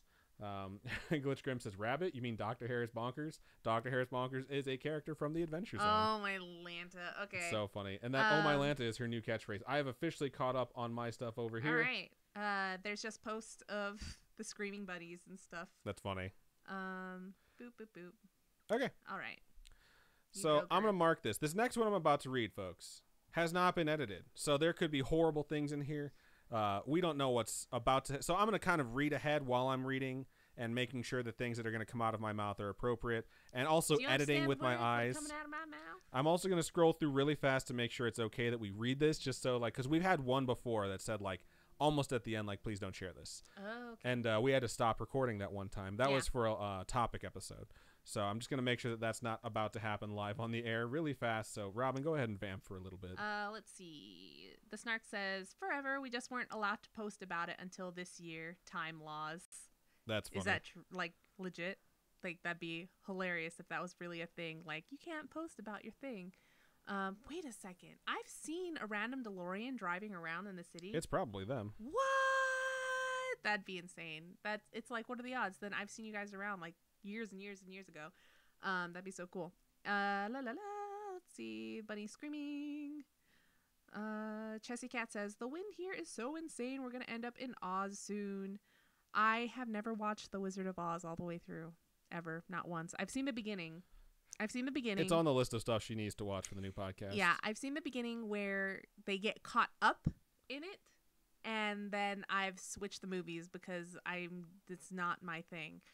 But I will have to watch it eventually, so I'll get there. Let's see. Okay, so this one doesn't really say whether or not we can read it, but this one is actually kind of like a response to one of the topics that we had prior, so it's not exactly a homegrown horror, but I think that's okay. We can read that. All right. So I'm going to go ahead and go to the top, and then just go ahead and start reading this one. Thank you for vamping so well. Thanks. And, okay, I'm going to get into my second one, and then eventually my third one of the night. So strap in. This one's subject is asylums, and it starts out like this. Hey. Hello. Hey. So this isn't exactly a homegrown horror. I just started recently listening to the podcast per my coworker's recommendation. Oh, cool. And I absolutely love it. Coworker. Indeed. Thank you so much. And thank you for loving the podcast. We appreciate it. I just finished the episode about asylums. I did enjoy the episode, but there were a few errors that threw me off. Oh, cool. I'm currently in college, and this past semester I took a class that was the history of madness and mental illness. It was so awesome. Now, it's true that treatments in the asylums since they started in the 19th century, were weird, but not as horrific as they seemed in the 20th century. During the 20th century, there was a resurgence of what was known as somatic treatments. Somatic treatments are using physical treatments to treat mental illness. Here's where treatments like ICT, malaria fever therapy, and electroshock therapy come in. However, electroshock therapy was around before the lobotomy. The lobotomy was not commonly used until the 1940s when Dr. Freeman jump-started the trend.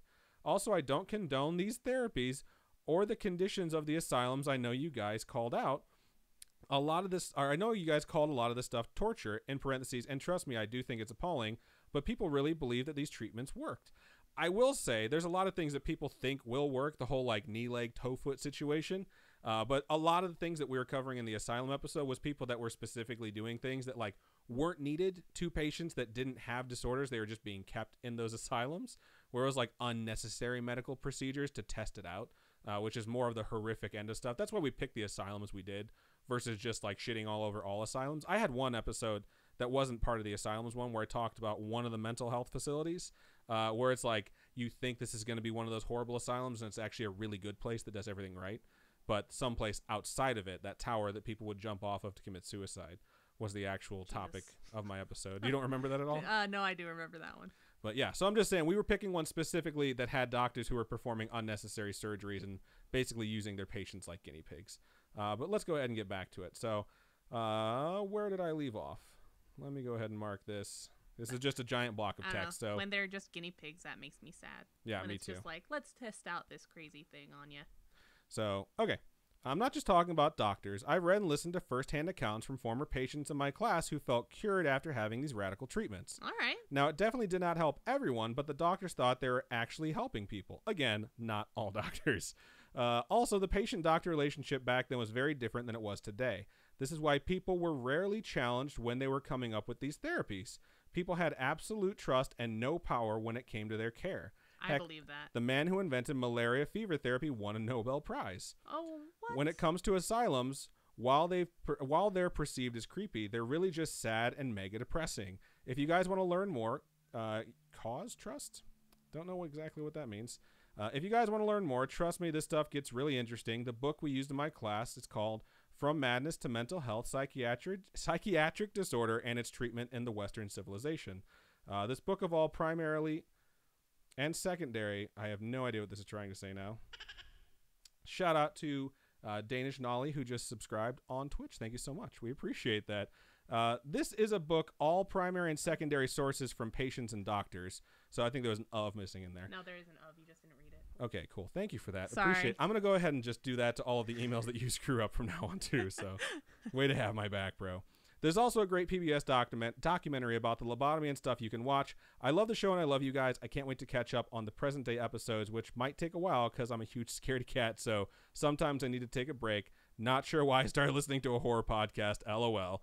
I do have a slightly creepy story that happened to me a few weeks ago, although it's kind of lame. Thank goodness. Maybe I'll send it next time. Thank you so much for this great podcast. Thank you so much. P.S. I told my coworker I was sending you guys something, and she told me to tell you that she will be sending something soon as well. Oh, nice. We look forward to it. So we do appreciate that. And I think it's good to have updates on and information, especially because we aren't historians, we aren't scientists, we aren't researchers like that. We really, we're just here to kind of tell you guys stuff that we have checked up on, read on the interwebs and stuff like that. And that's the thing. I think we're really researching like more about the facilities and how many people had unnecessary stuff done to them when people were just sort of exploring. Because like as someone who has a brother who's gone through stuff like trans institutionalization, I definitely know the struggle that's gone on between a patient's rights versus like what a doctor can prescribe, and how things have kind of like taken the turn where a patient has a lot of power and what's going to happen to them, basically, where before you could kind of take someone to the asylum and just say like they're crazy, and if you vouched for it, you could kind of get someone committed for like an unforeseeable amount of time. And when that happened, it was like, well, we don't know exactly what's going to cure you, so we're just going to try a bunch of shit. And whether or not you were like okay with that or would adhere to it, they would just do it. And when you have asylums like the ones that we've studied, where it's like you have like 8 people to a room and they're covered in filth and half of them were having procedures that they didn't actually need. It's like, yeah, maybe some of those doctors were like, I actually think I'm helping people. But there was some crazy motherfuckers out there who knew they weren't helping people, who were just sadists. It's sadists, right? The one who get off on inflicting pain on other people. Yeah. So I'm just saying like, this is really good information, and it's good to know like, hey, not all asylums are crazy. If that's what it is. Because you always correct me. You're like, no, you mean masochist. So I just wanted to make sure you watch 50 Shades of Grey and all that stuff, so you know. But yeah, we do appreciate the feedback. So solid stuff. No, it's I always appreciate someone who's gone to college for these things and actually has read books and stuff on it, because we don't. So it's kind of cool. I do, actually. So shout out. Thank you for that. Oh, you read books? Yes, I do. On it? Yeah, because I just got done saying I took like Abnormal Psych 1, Abnormal Psych 2. Yeah. No, not me. I go and I find sources. Like there's a lot of times when we're recording, I'm like, well, what about this? Like, what's the date on that? And she's like, I don't know. I'm like, your research sucks. I am not a scientist or historian. I'm going to school for engineering, and I'm not even good at that. So good to know for all those people that are potentially going to hire her in the future. So let's go ahead and look over into Stream Chat. Let's see. Thank you, Chef Kitty, for joining us. They had to leave for work. Right on. Let's see. The Snark says they will bring the DeLorean when we have a meetup. That will be fucking sweet. Kat says, OMG, that's my coworker's email. So then you have to send us your email. Right? Come on. Dollface over on YouTube says, does anyone know if they're going to the Winchester Mansion? We absolutely are. We're planning it right now. We're looking at airfare, seeing what we can afford and what lines up and when the dates are going to be. We first said March. We're saying we're shooting for April now. Airfare might be better off in May, so we'll see. Keeps getting more expensive every time I look. Because we're getting closer to those days. It's hard because it's about $300 per person to fly out there if we're trying for April on certain dates, unless it's in the middle of the week when I have school. So the best time would be in May when I don't have school midweek and we can kind of do whatever. It's just difficult when I have school and I'd have to do it on a weekend. And that's the hard thing about doing this podcast sometimes, is because we can't do meetups and things like that in the middle of the week or anything. It has to be on a weekend, and sometimes we can't do it because we have to record on the weekends. Weekends are the time that we're recording too. And so we have a lot of friends we haven't seen in a long time too. So hopefully we can work out going to the Winchester, and we want to try and make it easy on you guys too, because we don't know. The further out we schedule it, the easier it is for you guys to schedule it too. So you can say, I want to be there, so I'm going to go there. So look for an announcement here within the next couple weeks, because tax return season is upon us. And my tax return's already gone. So that's totally not true. Yes, it is. I just paid my car insurance today. I guess we'll be talking about that after the show. But anyways, we're going to try and have a time where we can buy stuff where it's a little bit cheaper. And we can let you guys know, too, like, hey, this is when we're going to go. So, yes, we are totally going. It's going to be within the next few months. So, and we'll see how it works out with future employment for myself, too. Because it's one of those things where they're going to ask, like, do you have any prior commitments? And I'm going to be like, yes. And I would really love, when I actually get that job, to be able to tell people, like, these are the dates, versus, like, it's a moving target. Like, we'll see what happens with it.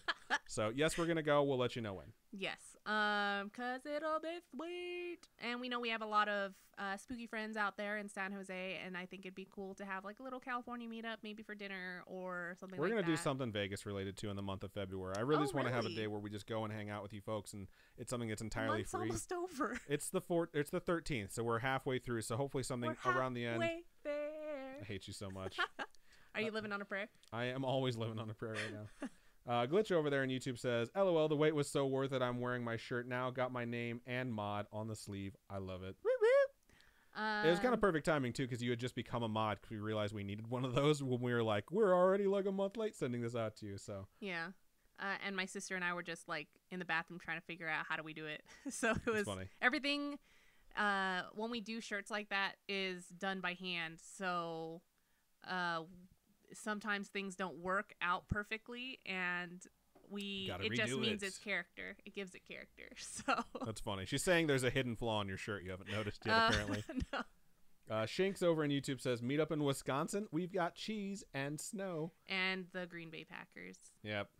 But they do have really good cheese. So, and it's not football season right now. I've never been to Wisconsin. I've driven through it, and I've stayed in Madison once. I didn't really spend too much time in the Midwest ever.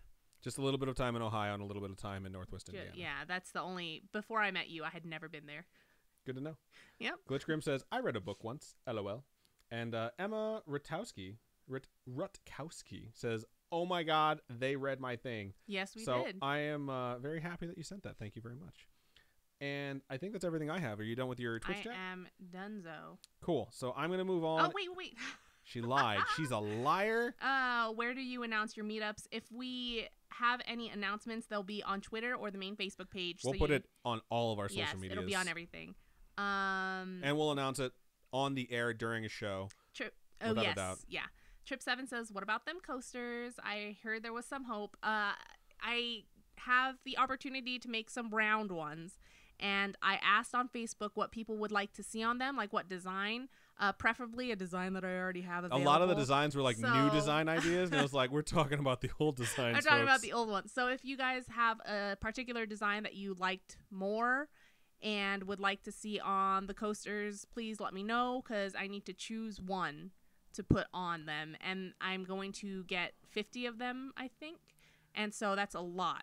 That's a lot of coasters. My for favorite one idea design. was someone said, like, how about a set of each of the seasonal logos that you've done?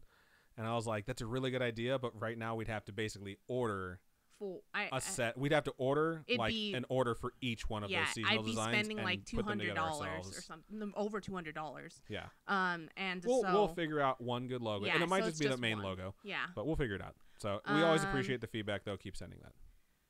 Spooky Zora said Adam mentioned tax return, so it reminded me to check my account. I just got my federal tax return. Nice. Congrats. That's the best news we've shared on this show all night. Tax return, then baby announcement. That's fucked up. JK. Let's see. The Snark says the seasonal designs. Mouthboy Real Estate says, is there any possibility to do double-sided coasters? I don't know. I haven't checked. I'll check and see if they can do double-sided.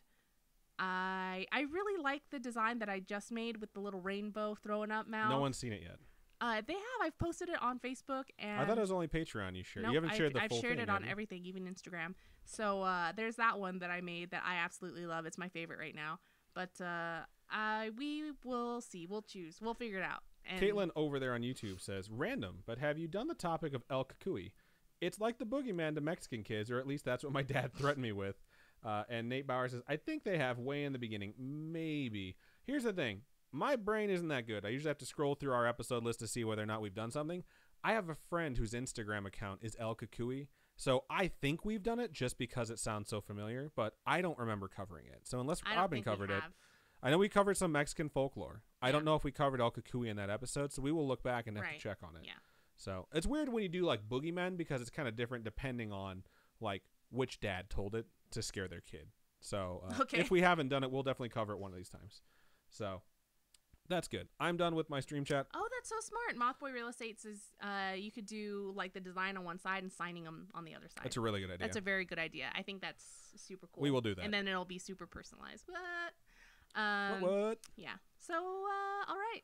Cool. Let's go into reading an email. So I'm gonna move in. Okay, I'm gonna redo that because What? you were still doing your. So That's not what I sound like. it's exactly what you sound like. It was basically like her voice came out of my mouth. So What? What? I hate her so much. I'm What gonna are move. you going to say? I'm gonna move out because I can't fucking take this shit anymore. I'm gonna move on to the final email of the show, and this one subject is shareable omen baby story - warning sad. I don't know So why you after finished, all that, we wound up with this one being the last one anyways. And it starts out like this. Hi, guys. Hello. Hello. I sent a couple longer emails a while ago and heard the first one read. I was squealing super hard from excitement. I don't know why that tickled my funny bone, but it just did. Though the other stories were creepy and also adventurous, I've got a short, kind of sobering story about my little pups. Little info to have for context. Trigger warning, I think, for anyone who gets triggered by sad stories about dogs. I have a routine that involves me going to my dad's house to let the dogs out. Who let the dogs out? You did. At lunchtime, 3 days of the week. It's to spend some time with the fur babies since I've moved out, and since they are older, it's to bond while I still have them in my life. My dog is Rascal, in parentheses, brown chunky fluff, also known as Bubby Bear. And my brother's dog, Scruffy, my aunt's dog was named Scruffy. The black and brown Scruffle Puff. That's a really good name. Our Australian Terriers. I'm good. The email is over now. And are brothers from the same litter. So they're just straight up brothers. What else? Years ago, Scruffy was diagnosed with diabetes and eventually went blind due to the condition. He was just as happy as he was before and endured 2 shots of insulin a day on our family's behalf to remain with us. Rascal doesn't have any health issues other than bow legs for no other reason than his weight, which we've worked on him getting thinner, but he never lost his baby chunk. Laughing face. So a couple of weeks ago, in parentheses, the week before Thanksgiving, so that gives you an idea of where we're at when it comes to catching up. Pops. I talked with my sister-in-law about getting tattoos of our own dogs, and I thought it was a great idea. So the Thursday, the week prior to Thanksgiving, I let them out as I normally did and got some special ink pads to get both their prints so that I can have them. So it's like you're going to take the paw print. Yeah. Okay, that's cool. There was nothing different about that day, but for some reason I felt a desire to stay longer than I had in a long time. In parentheses, I work nights, so it makes it easy to take care of them in the day before my parents come home from work. I gave them gratuitous amounts of love and didn't want to leave. But eventually I had to and went about my work night. I don't like where this is going. The next day I got a call. My perfect healthy baby boy Rascal started having seizures. So I had a dog growing up. I've mentioned this before. We had two. They were Malteses. One of them was struck by a car like a third of the way through her life. She was like 4 or 5. And because of that, she had epilepsy. So we had to give her medicine every morning and every night, or else she would go into epileptic fits, which is just a horrible thing to watch. A tiny little adorable creature that you love just spasm really bad. So like I attached to that very well. So seizures in a dog is very scary. Beyond being shocked, my parents took him. Let me rephrase that. I just read that backwards. Whoops. Hashtag dyslexia. Not really. I'm not dyslexic. I'm just stupid. Being beyond... I can vouch for that. I hate you so much. Being beyond shocked, my parents took him to the vet instantly to try to get help, to which he had fits all throughout the day. The vet thinks it's not just a one-day thing and ended up coming to the possible conclusion that he has a brain tumor. After hours of thinking and days of waiting, wondering what's going to happen, I soon realized that after he came home with medications to prevent the seizures and pain, my dog was gone. Not physically, but he was a shell of himself. Oh my goodness, okay. Rascal was no longer himself and was basically factory reset to dog. Oh, no emotion, barely able to walk, and barely responded to his name. He couldn't even wag his tail. This is horrible.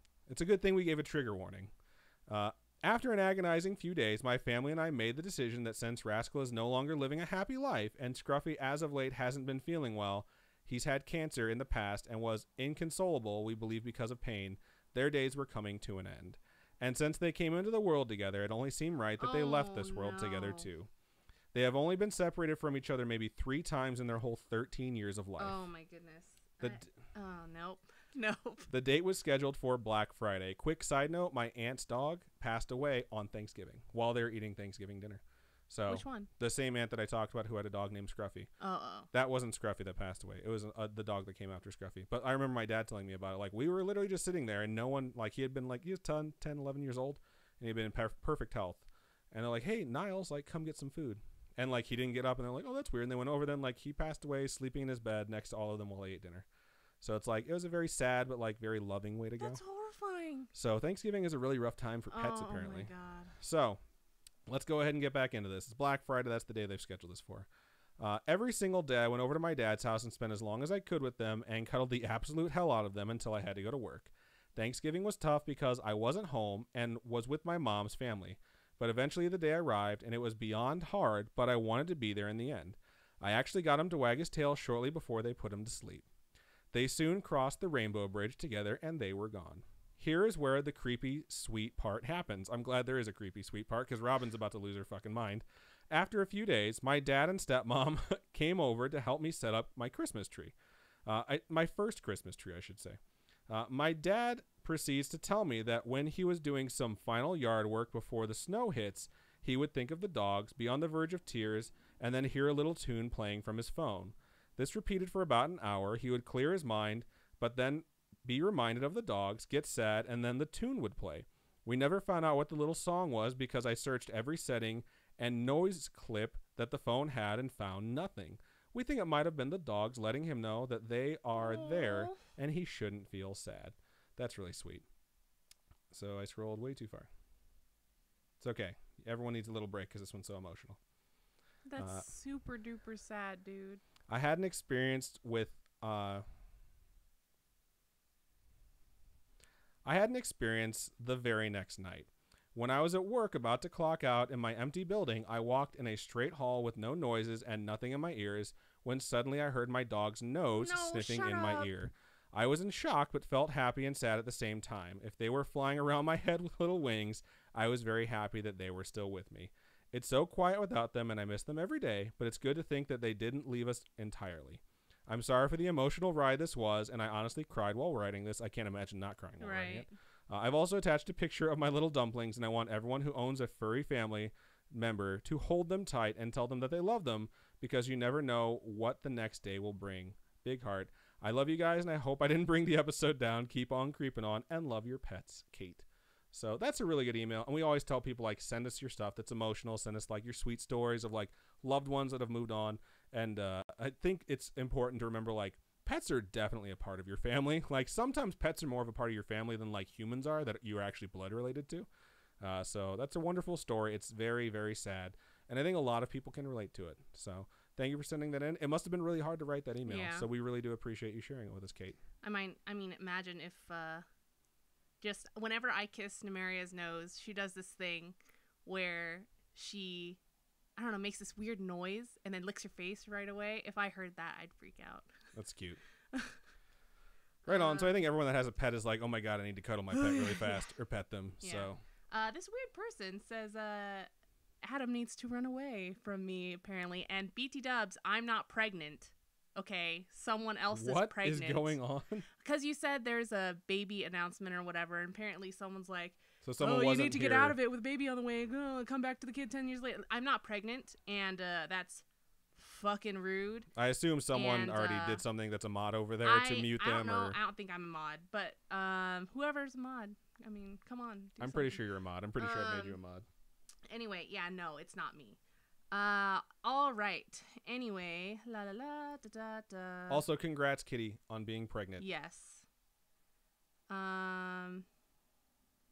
Alexander had to bounce. She said, "I've got to go, guys. I love you. Thank you so much." We have no mods in chat right now. It's because most of them had to bounce out and go over to YouTube, I think, because they were having difficulties. So, thank you, Glitch, for doing that. Cause who the fuck does that? Who? It's like, get out before a baby. I haven't read the whole message anyways, and I don't know who the hell would say something like that anyways. All of it was rude. If we actually announced our baby on air and someone put that, I would be absolutely fucking furious right now. Yeah. Just so you know, because I would be overjoyed. So yeah, don't put shit like that in chat, especially since the people who are celebrating the fact that they're having a kid might have just read that and been like, what the F? What the fuck? I don't know. So right, I'm going to scroll up That's and see what we have over in YouTube. And Glitch has dealt with that. So thank you, Glitch. We appreciate you. That's why you have moderator on your shirt. Scrolling up. Okay. So let's see. I don't even know. La la la.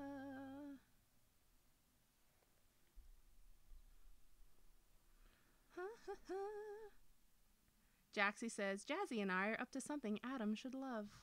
I'm curious what that is.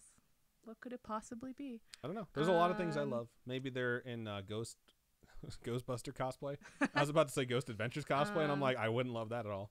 Unless they're dressing up in Ghost Adventures cosplay and then making like a parody where they make fun of it, which would be super funny.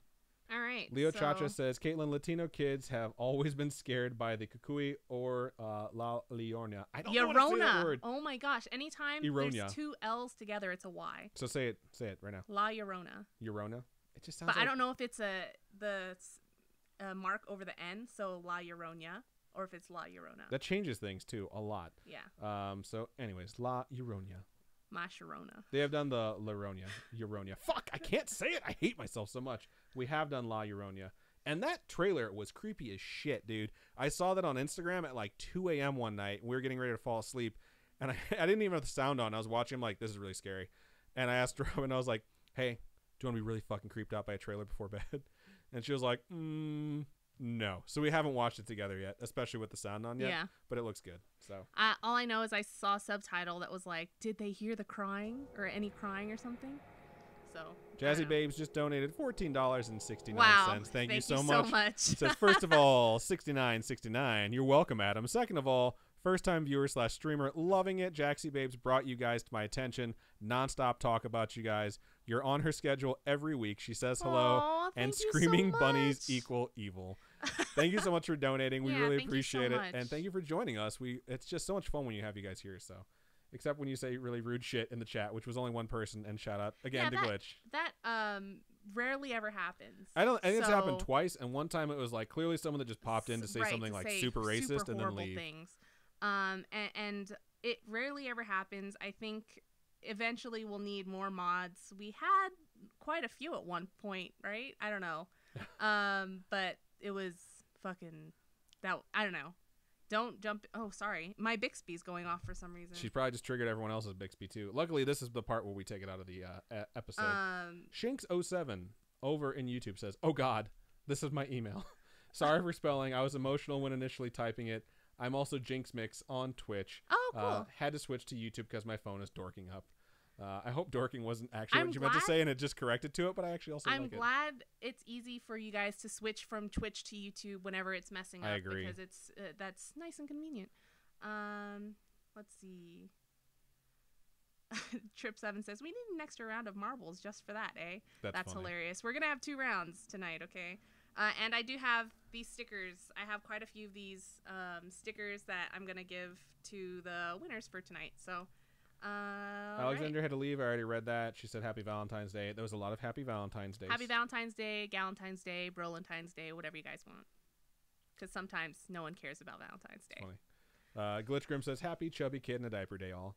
Caitlin says, I always grew up with the Kukui, but had never heard of La Ironia, I don't know how to say it, until this podcast, surprisingly. That's interesting. And Dana Nana Noel says, may I suggest the topic of people happening upon random stairs in the woods? We have covered that one. It's the Black Eyed Children episode. Robin covered that. Yeah. I've heard stories, don't know if they're true, but it sounds creepy. We covered that one. Robin went over a bunch of different staircases that were found in the woods and the stories behind them. Chelsea Cat, would you like to be a mod? Let us know, please, so we can get that going, because we need more mods. Nat Bauer said, that was how my dog was acting when we found out she had Addison's disease. It's really sad. I remember when our dog came home after being hit by a car, she could only walk in circles, and she could only walk, like, if she tried to walk somewhere, she had to lean up against the wall, and she, like, didn't respond to anything. But she was very young, and they told us, like, she'll eventually recover, which she did. But if she was older, like, we'd pretty much have to put her down, which we eventually had to do.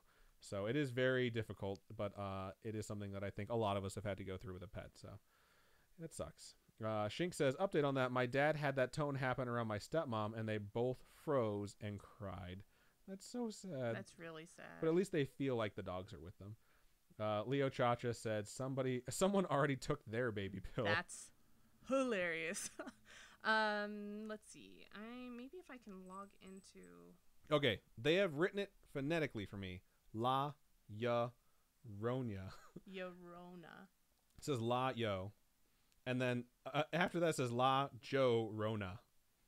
It's I don't know. I think it's La Llorona, right? I'll just say La Llorona, and then everyone can be like, ugh, I hate him so much. And Dana Nana Noel says, my bad, I should have known. It's totally okay. There's a lot of effing episodes. We can't even remember what we've covered. And, like, you wouldn't think, if you thought, like, I'm going to start a podcast, like, I'll remember if I've done stuff before. Nope. I forgot I did the Bell Witch. I almost did a full page of research before I was like, holy shit, this sounds way too familiar.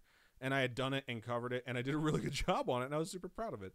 So it's just one of those things where it's just, you kind of just forget some of the stuff that's been there before. And if you're fairly new, or if you skip episodes, it's just something where it's like, you never know if you missed it or not. So that's everything I have for YouTube chat. Do you have some Twitch chat that you can get on?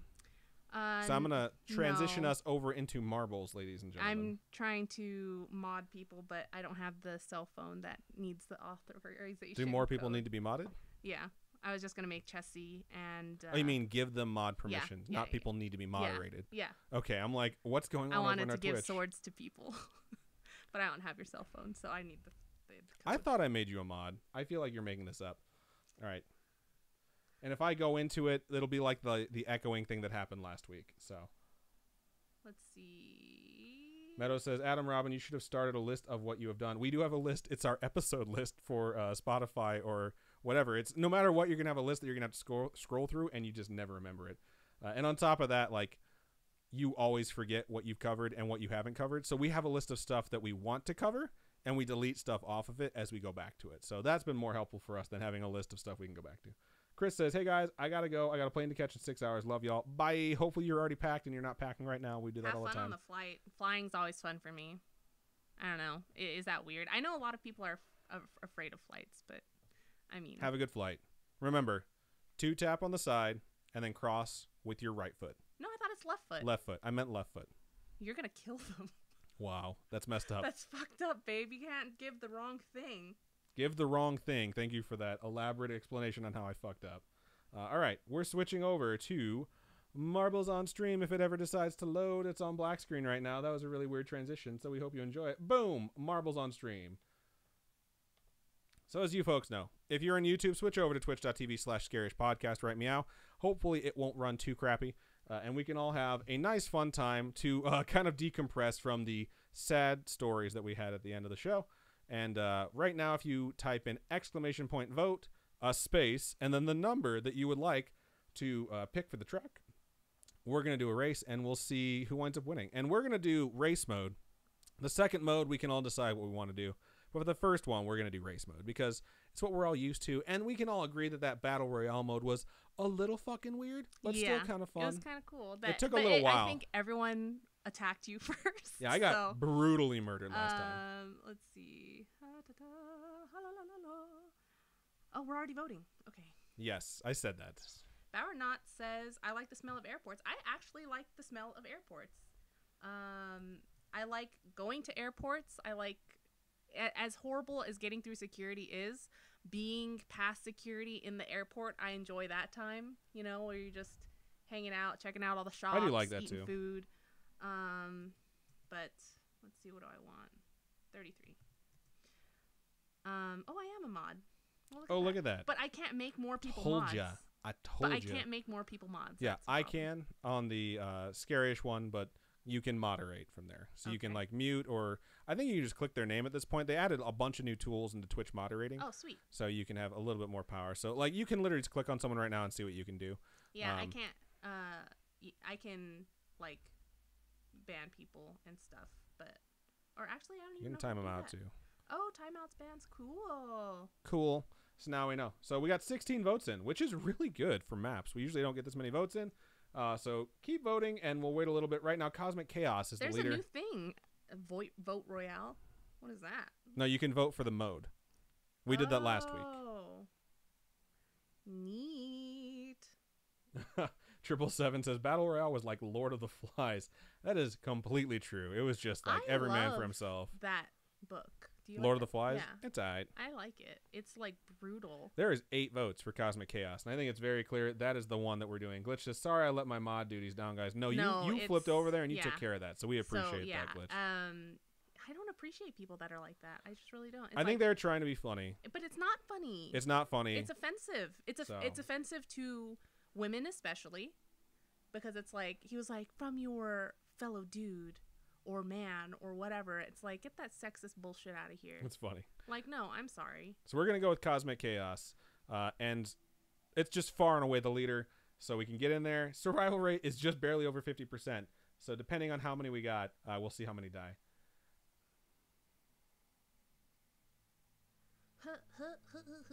Spam Fear for the win says, sad stories getting cut off by your chick and playing marble shit. The smell of airports. Blah, blah, blah, blah, blah. They're acting like a fucking douchebag. No big deal. You can leave. Thank you very much. And type !play if you would like to join in now. I think it's very clear that there's some sites out there that are doing raids to mess with people right now. So everyone just ignore the trolls. Yeah. I wonder if I'm a mod on YouTube. I don't think you've ever been on the YouTube, so probably not.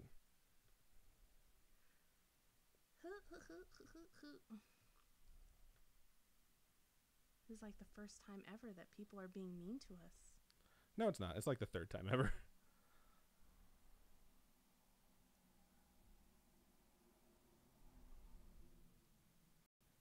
All right, !play if you'd like to join in. I'm doing some mod duties over on YouTube right now, so you guys can have some extra time to join in, and we can make sure we get all that shit taken care of.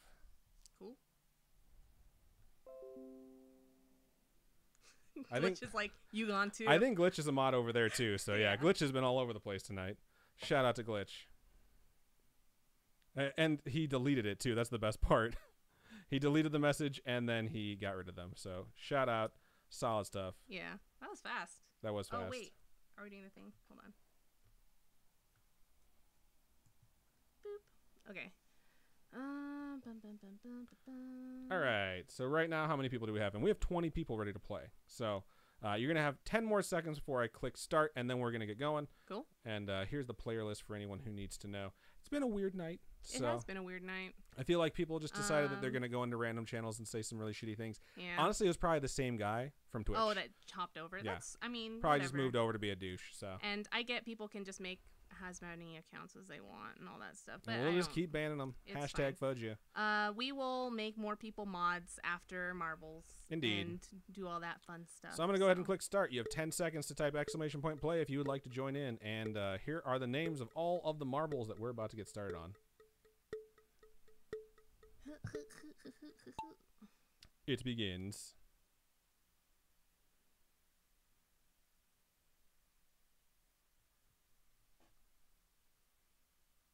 I don't know. 777 says scorned viewers, man. Who knows what it is? Because it's funny because it's not any of the people that ever actually join us. So they're just someone out there. There's just people out there who just want to be assholes. Looks like Jazzy Babes is in the lead right now. They have gotten stuck on some of these things, but they're so far ahead because they got through that funnel at the top way faster than anyone else. Looks like 143am has made it through as well, and they are charging right now. Wow. That's just going so fast. Wow, this is a complicated track with lots and lots of loop-de-loops. We'll see how many people die. It's a 50% survival rate, ladies and gentlemen. So I keep saying that after I just got done saying like how I'm always worried that we're going to exclude someone. So I'm going to try and stop saying that again. What'd you say? Ladies and gentlemen, just in case. That was weird. It looked like a jump, but for whatever reason, no one fell through it. Oh, never mind. Someone just died. And 143am, Meadows, Wabe, my bad. Someone just shot right past. It was Neon Scars, and they are still alive. Glitch Grim was just eliminated as well. We're losing a lot of people now. Jang Mi has the record, so let's see if anyone can actually beat Jang Mi's record. 2 minutes I and just 40 died. seconds. Cat Beatrix just died. Bauernaut just died. We have a lot of people dying on this one. Glitch Grim says, no. Jaxie Babe has been eliminated. It's like 777's right on the tail of Neon Scars. And we're coming up near the end because we can see it down there. It's still pretty fucking far, though.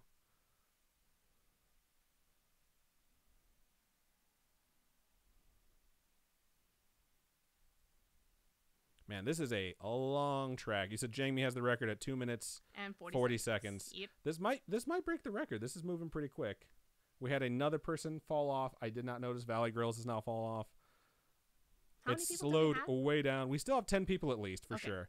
We had 20 to start. So if we finish with 50, or we finish with 10, then we had a 50% death rate. The Snark looks like just perished as well.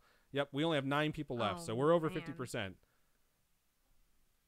We're at 55% because it's 20 marbles, and that's how math works. Okay. Okay. It looks like Neon Scars might have this race in the bag. Spooky Zora was just eliminated. 777 is right back there. Jang Mi's Ghost Ball showing us where the record stands. Oh, Neon and Scars JP has won Jang Mi. and is the new record holder for this track. So congratulations, So if you Neon would Scars. like to email us, storytime@scarish.com, and we'll get you your sticker. Sticker, which is also known as a sticker. Shout out to 777 who finished second. We're going to let this run out so we can see who finishes, and you guys can all get points for the season as well. It looks like Jazzy Babe was third, Butter and Butt was fourth, Mothboy Real Estate was fifth, Robin is running sixth, and Chessy Cat is right behind her. Made it. Robin has died. Oh, no. Never mind. I mean, didn't make it. And Chessy Cat was eliminated because they got stuck, which is not your fault. It's your marbles' fault. Only 5 people survived. Everyone else got eliminated. So congratulations, Neon Scars. And I think you are in second place now to Spooky Zora, who still has 9 points on the season. So fun stuff. So Neon Scar says, give my win to someone who hasn't won. So has Trip 7 won? Trip 7's won, right? Trip 7 has won, I'm pretty sure. I don't know. Or maybe not. Who in that line has not won? Yes. Trip 7, So- have you won? Trip 7, have you won? We need to know that. And then if you... Jazzy Babes is next. Yeah. So let us know, please. Boop, boop, boop, boop, boop, boop. 777 Nope. has Okay, not won. so Congratulations, Then you 777. email us, and we'll get that sticker out to you. And we'll do one more round, right? Indeed. All So email us storytime@scarish.com, or you can just message us on here as well. There's a bunch of different ways. So right now, go ahead and vote for whatever track you would like to race. And if you want to vote for the mode, you can do !vote and then Grand Prix or Royale. I don't think we've ever done Grand Prix. Grand So Prix. I like saying it Prix. No one says Grand Prix. I just did. Okay.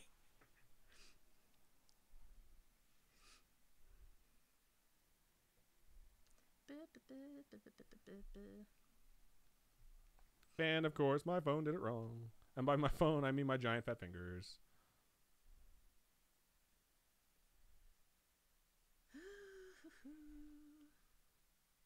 That does not appear to be working. That's a big old bummer. That's okay. Just vote for your track, and we'll go from there. Right now, Pixels Raceway is leading. We only have 8 votes, and Pixels Raceway only has 2 for that mode. We have a lot of people voting for Grand Prix. I'm going to go ahead and make it Grand Prix. We'll see what happens with Grand Prix. How about that?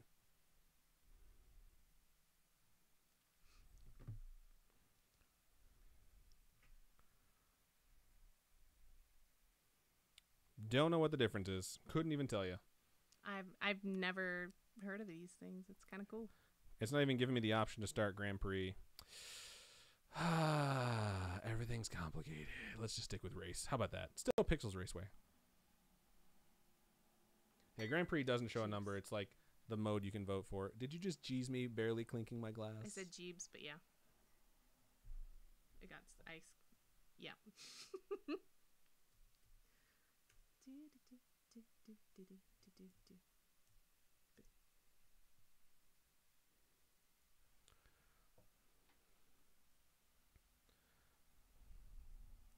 I guess I don't need to do that, huh? All right. We have 12 votes in.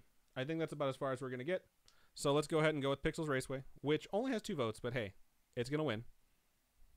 Survival rate is really high on this one. That's so this good. one's going to be an actual race to the end versus like a gauntlet we have to run together. Exclamation point play, and let's see who can win this one.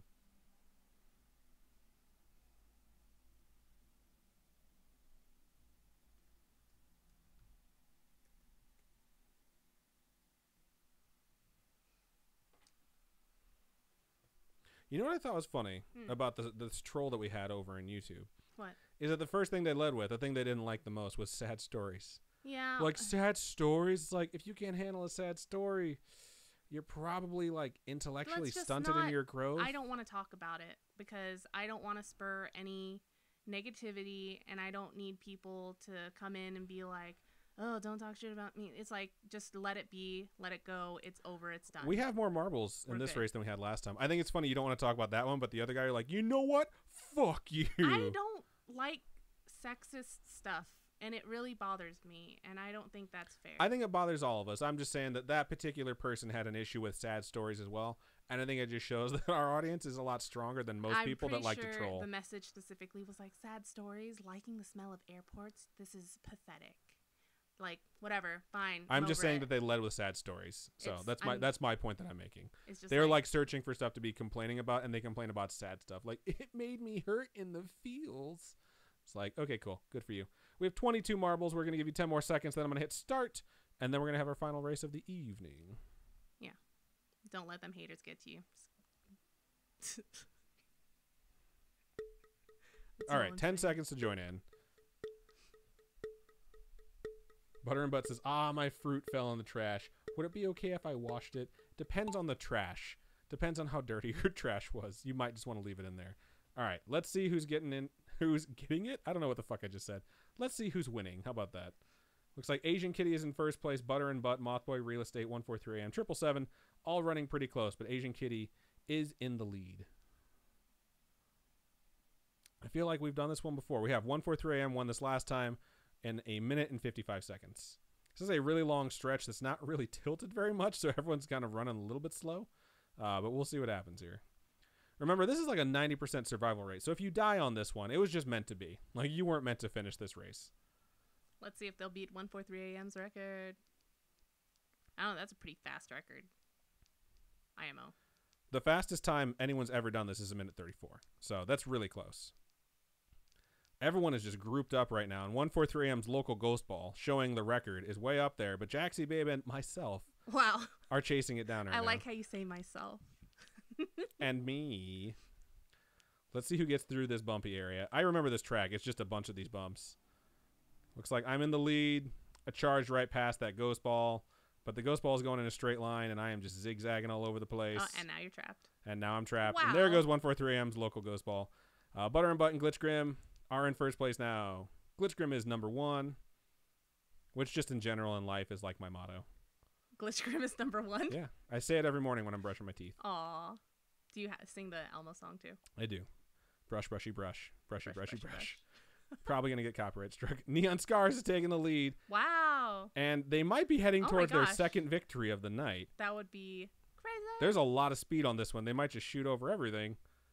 Glitch Grim is still running in second place, but they made it through that really quick. These rods, though, Oh are my slowing goodness. everything They're- down. Yeah. At least they're not the ones that'll push you off. Yeah, that just shoots you off. Yes. Those The are pulsating the worst. rods, those are the worst ones. Wabe is now in second place. Holy crap, Neon Scars just jumped over all that stuff. It looks like Neon Scars is heading towards their second win of the evening. Oh, But what? Wabe says no, but Butter and Butt Wow. says suck my balls. And Butter and Butt, You mean congratulations. suck my butter and butt. Suck my butter and butt. Glitch Grim somehow got eliminated before the end. Jaxie Babe as well. I think someone else. Meadows got eliminated. Chessy Cat came in third. Cat Beatrix was fourth. Wabe is fifth. And you guys can see the rest. It's all filling out now. So that was really fun. That was fun. There was some change of the guard there. So, Butter and Butt, if you'd like to email us storytime@scarish.com, and then we'll get a sticker out to you as well. Some guy named Sad Story has joined the YouTube to troll now. So no Oh, how worries can you about tell? those, because I looked over there and I saw some big block of text, and it's like they referred to someone as the dude, which means they clearly are a big fan of the show. So they can fuck off and die. What did it? Stop! Why? Just don't antagonize them and just leave them. I don't be. care. I really don't care. So congratulations, Butter and Butt. Go ahead and let us know what your address is. If you have one before, let us know if you want to pass that on to the next person. And Glitch, if you can switch over onto YouTube and go ahead and take care of that, we would appreciate that.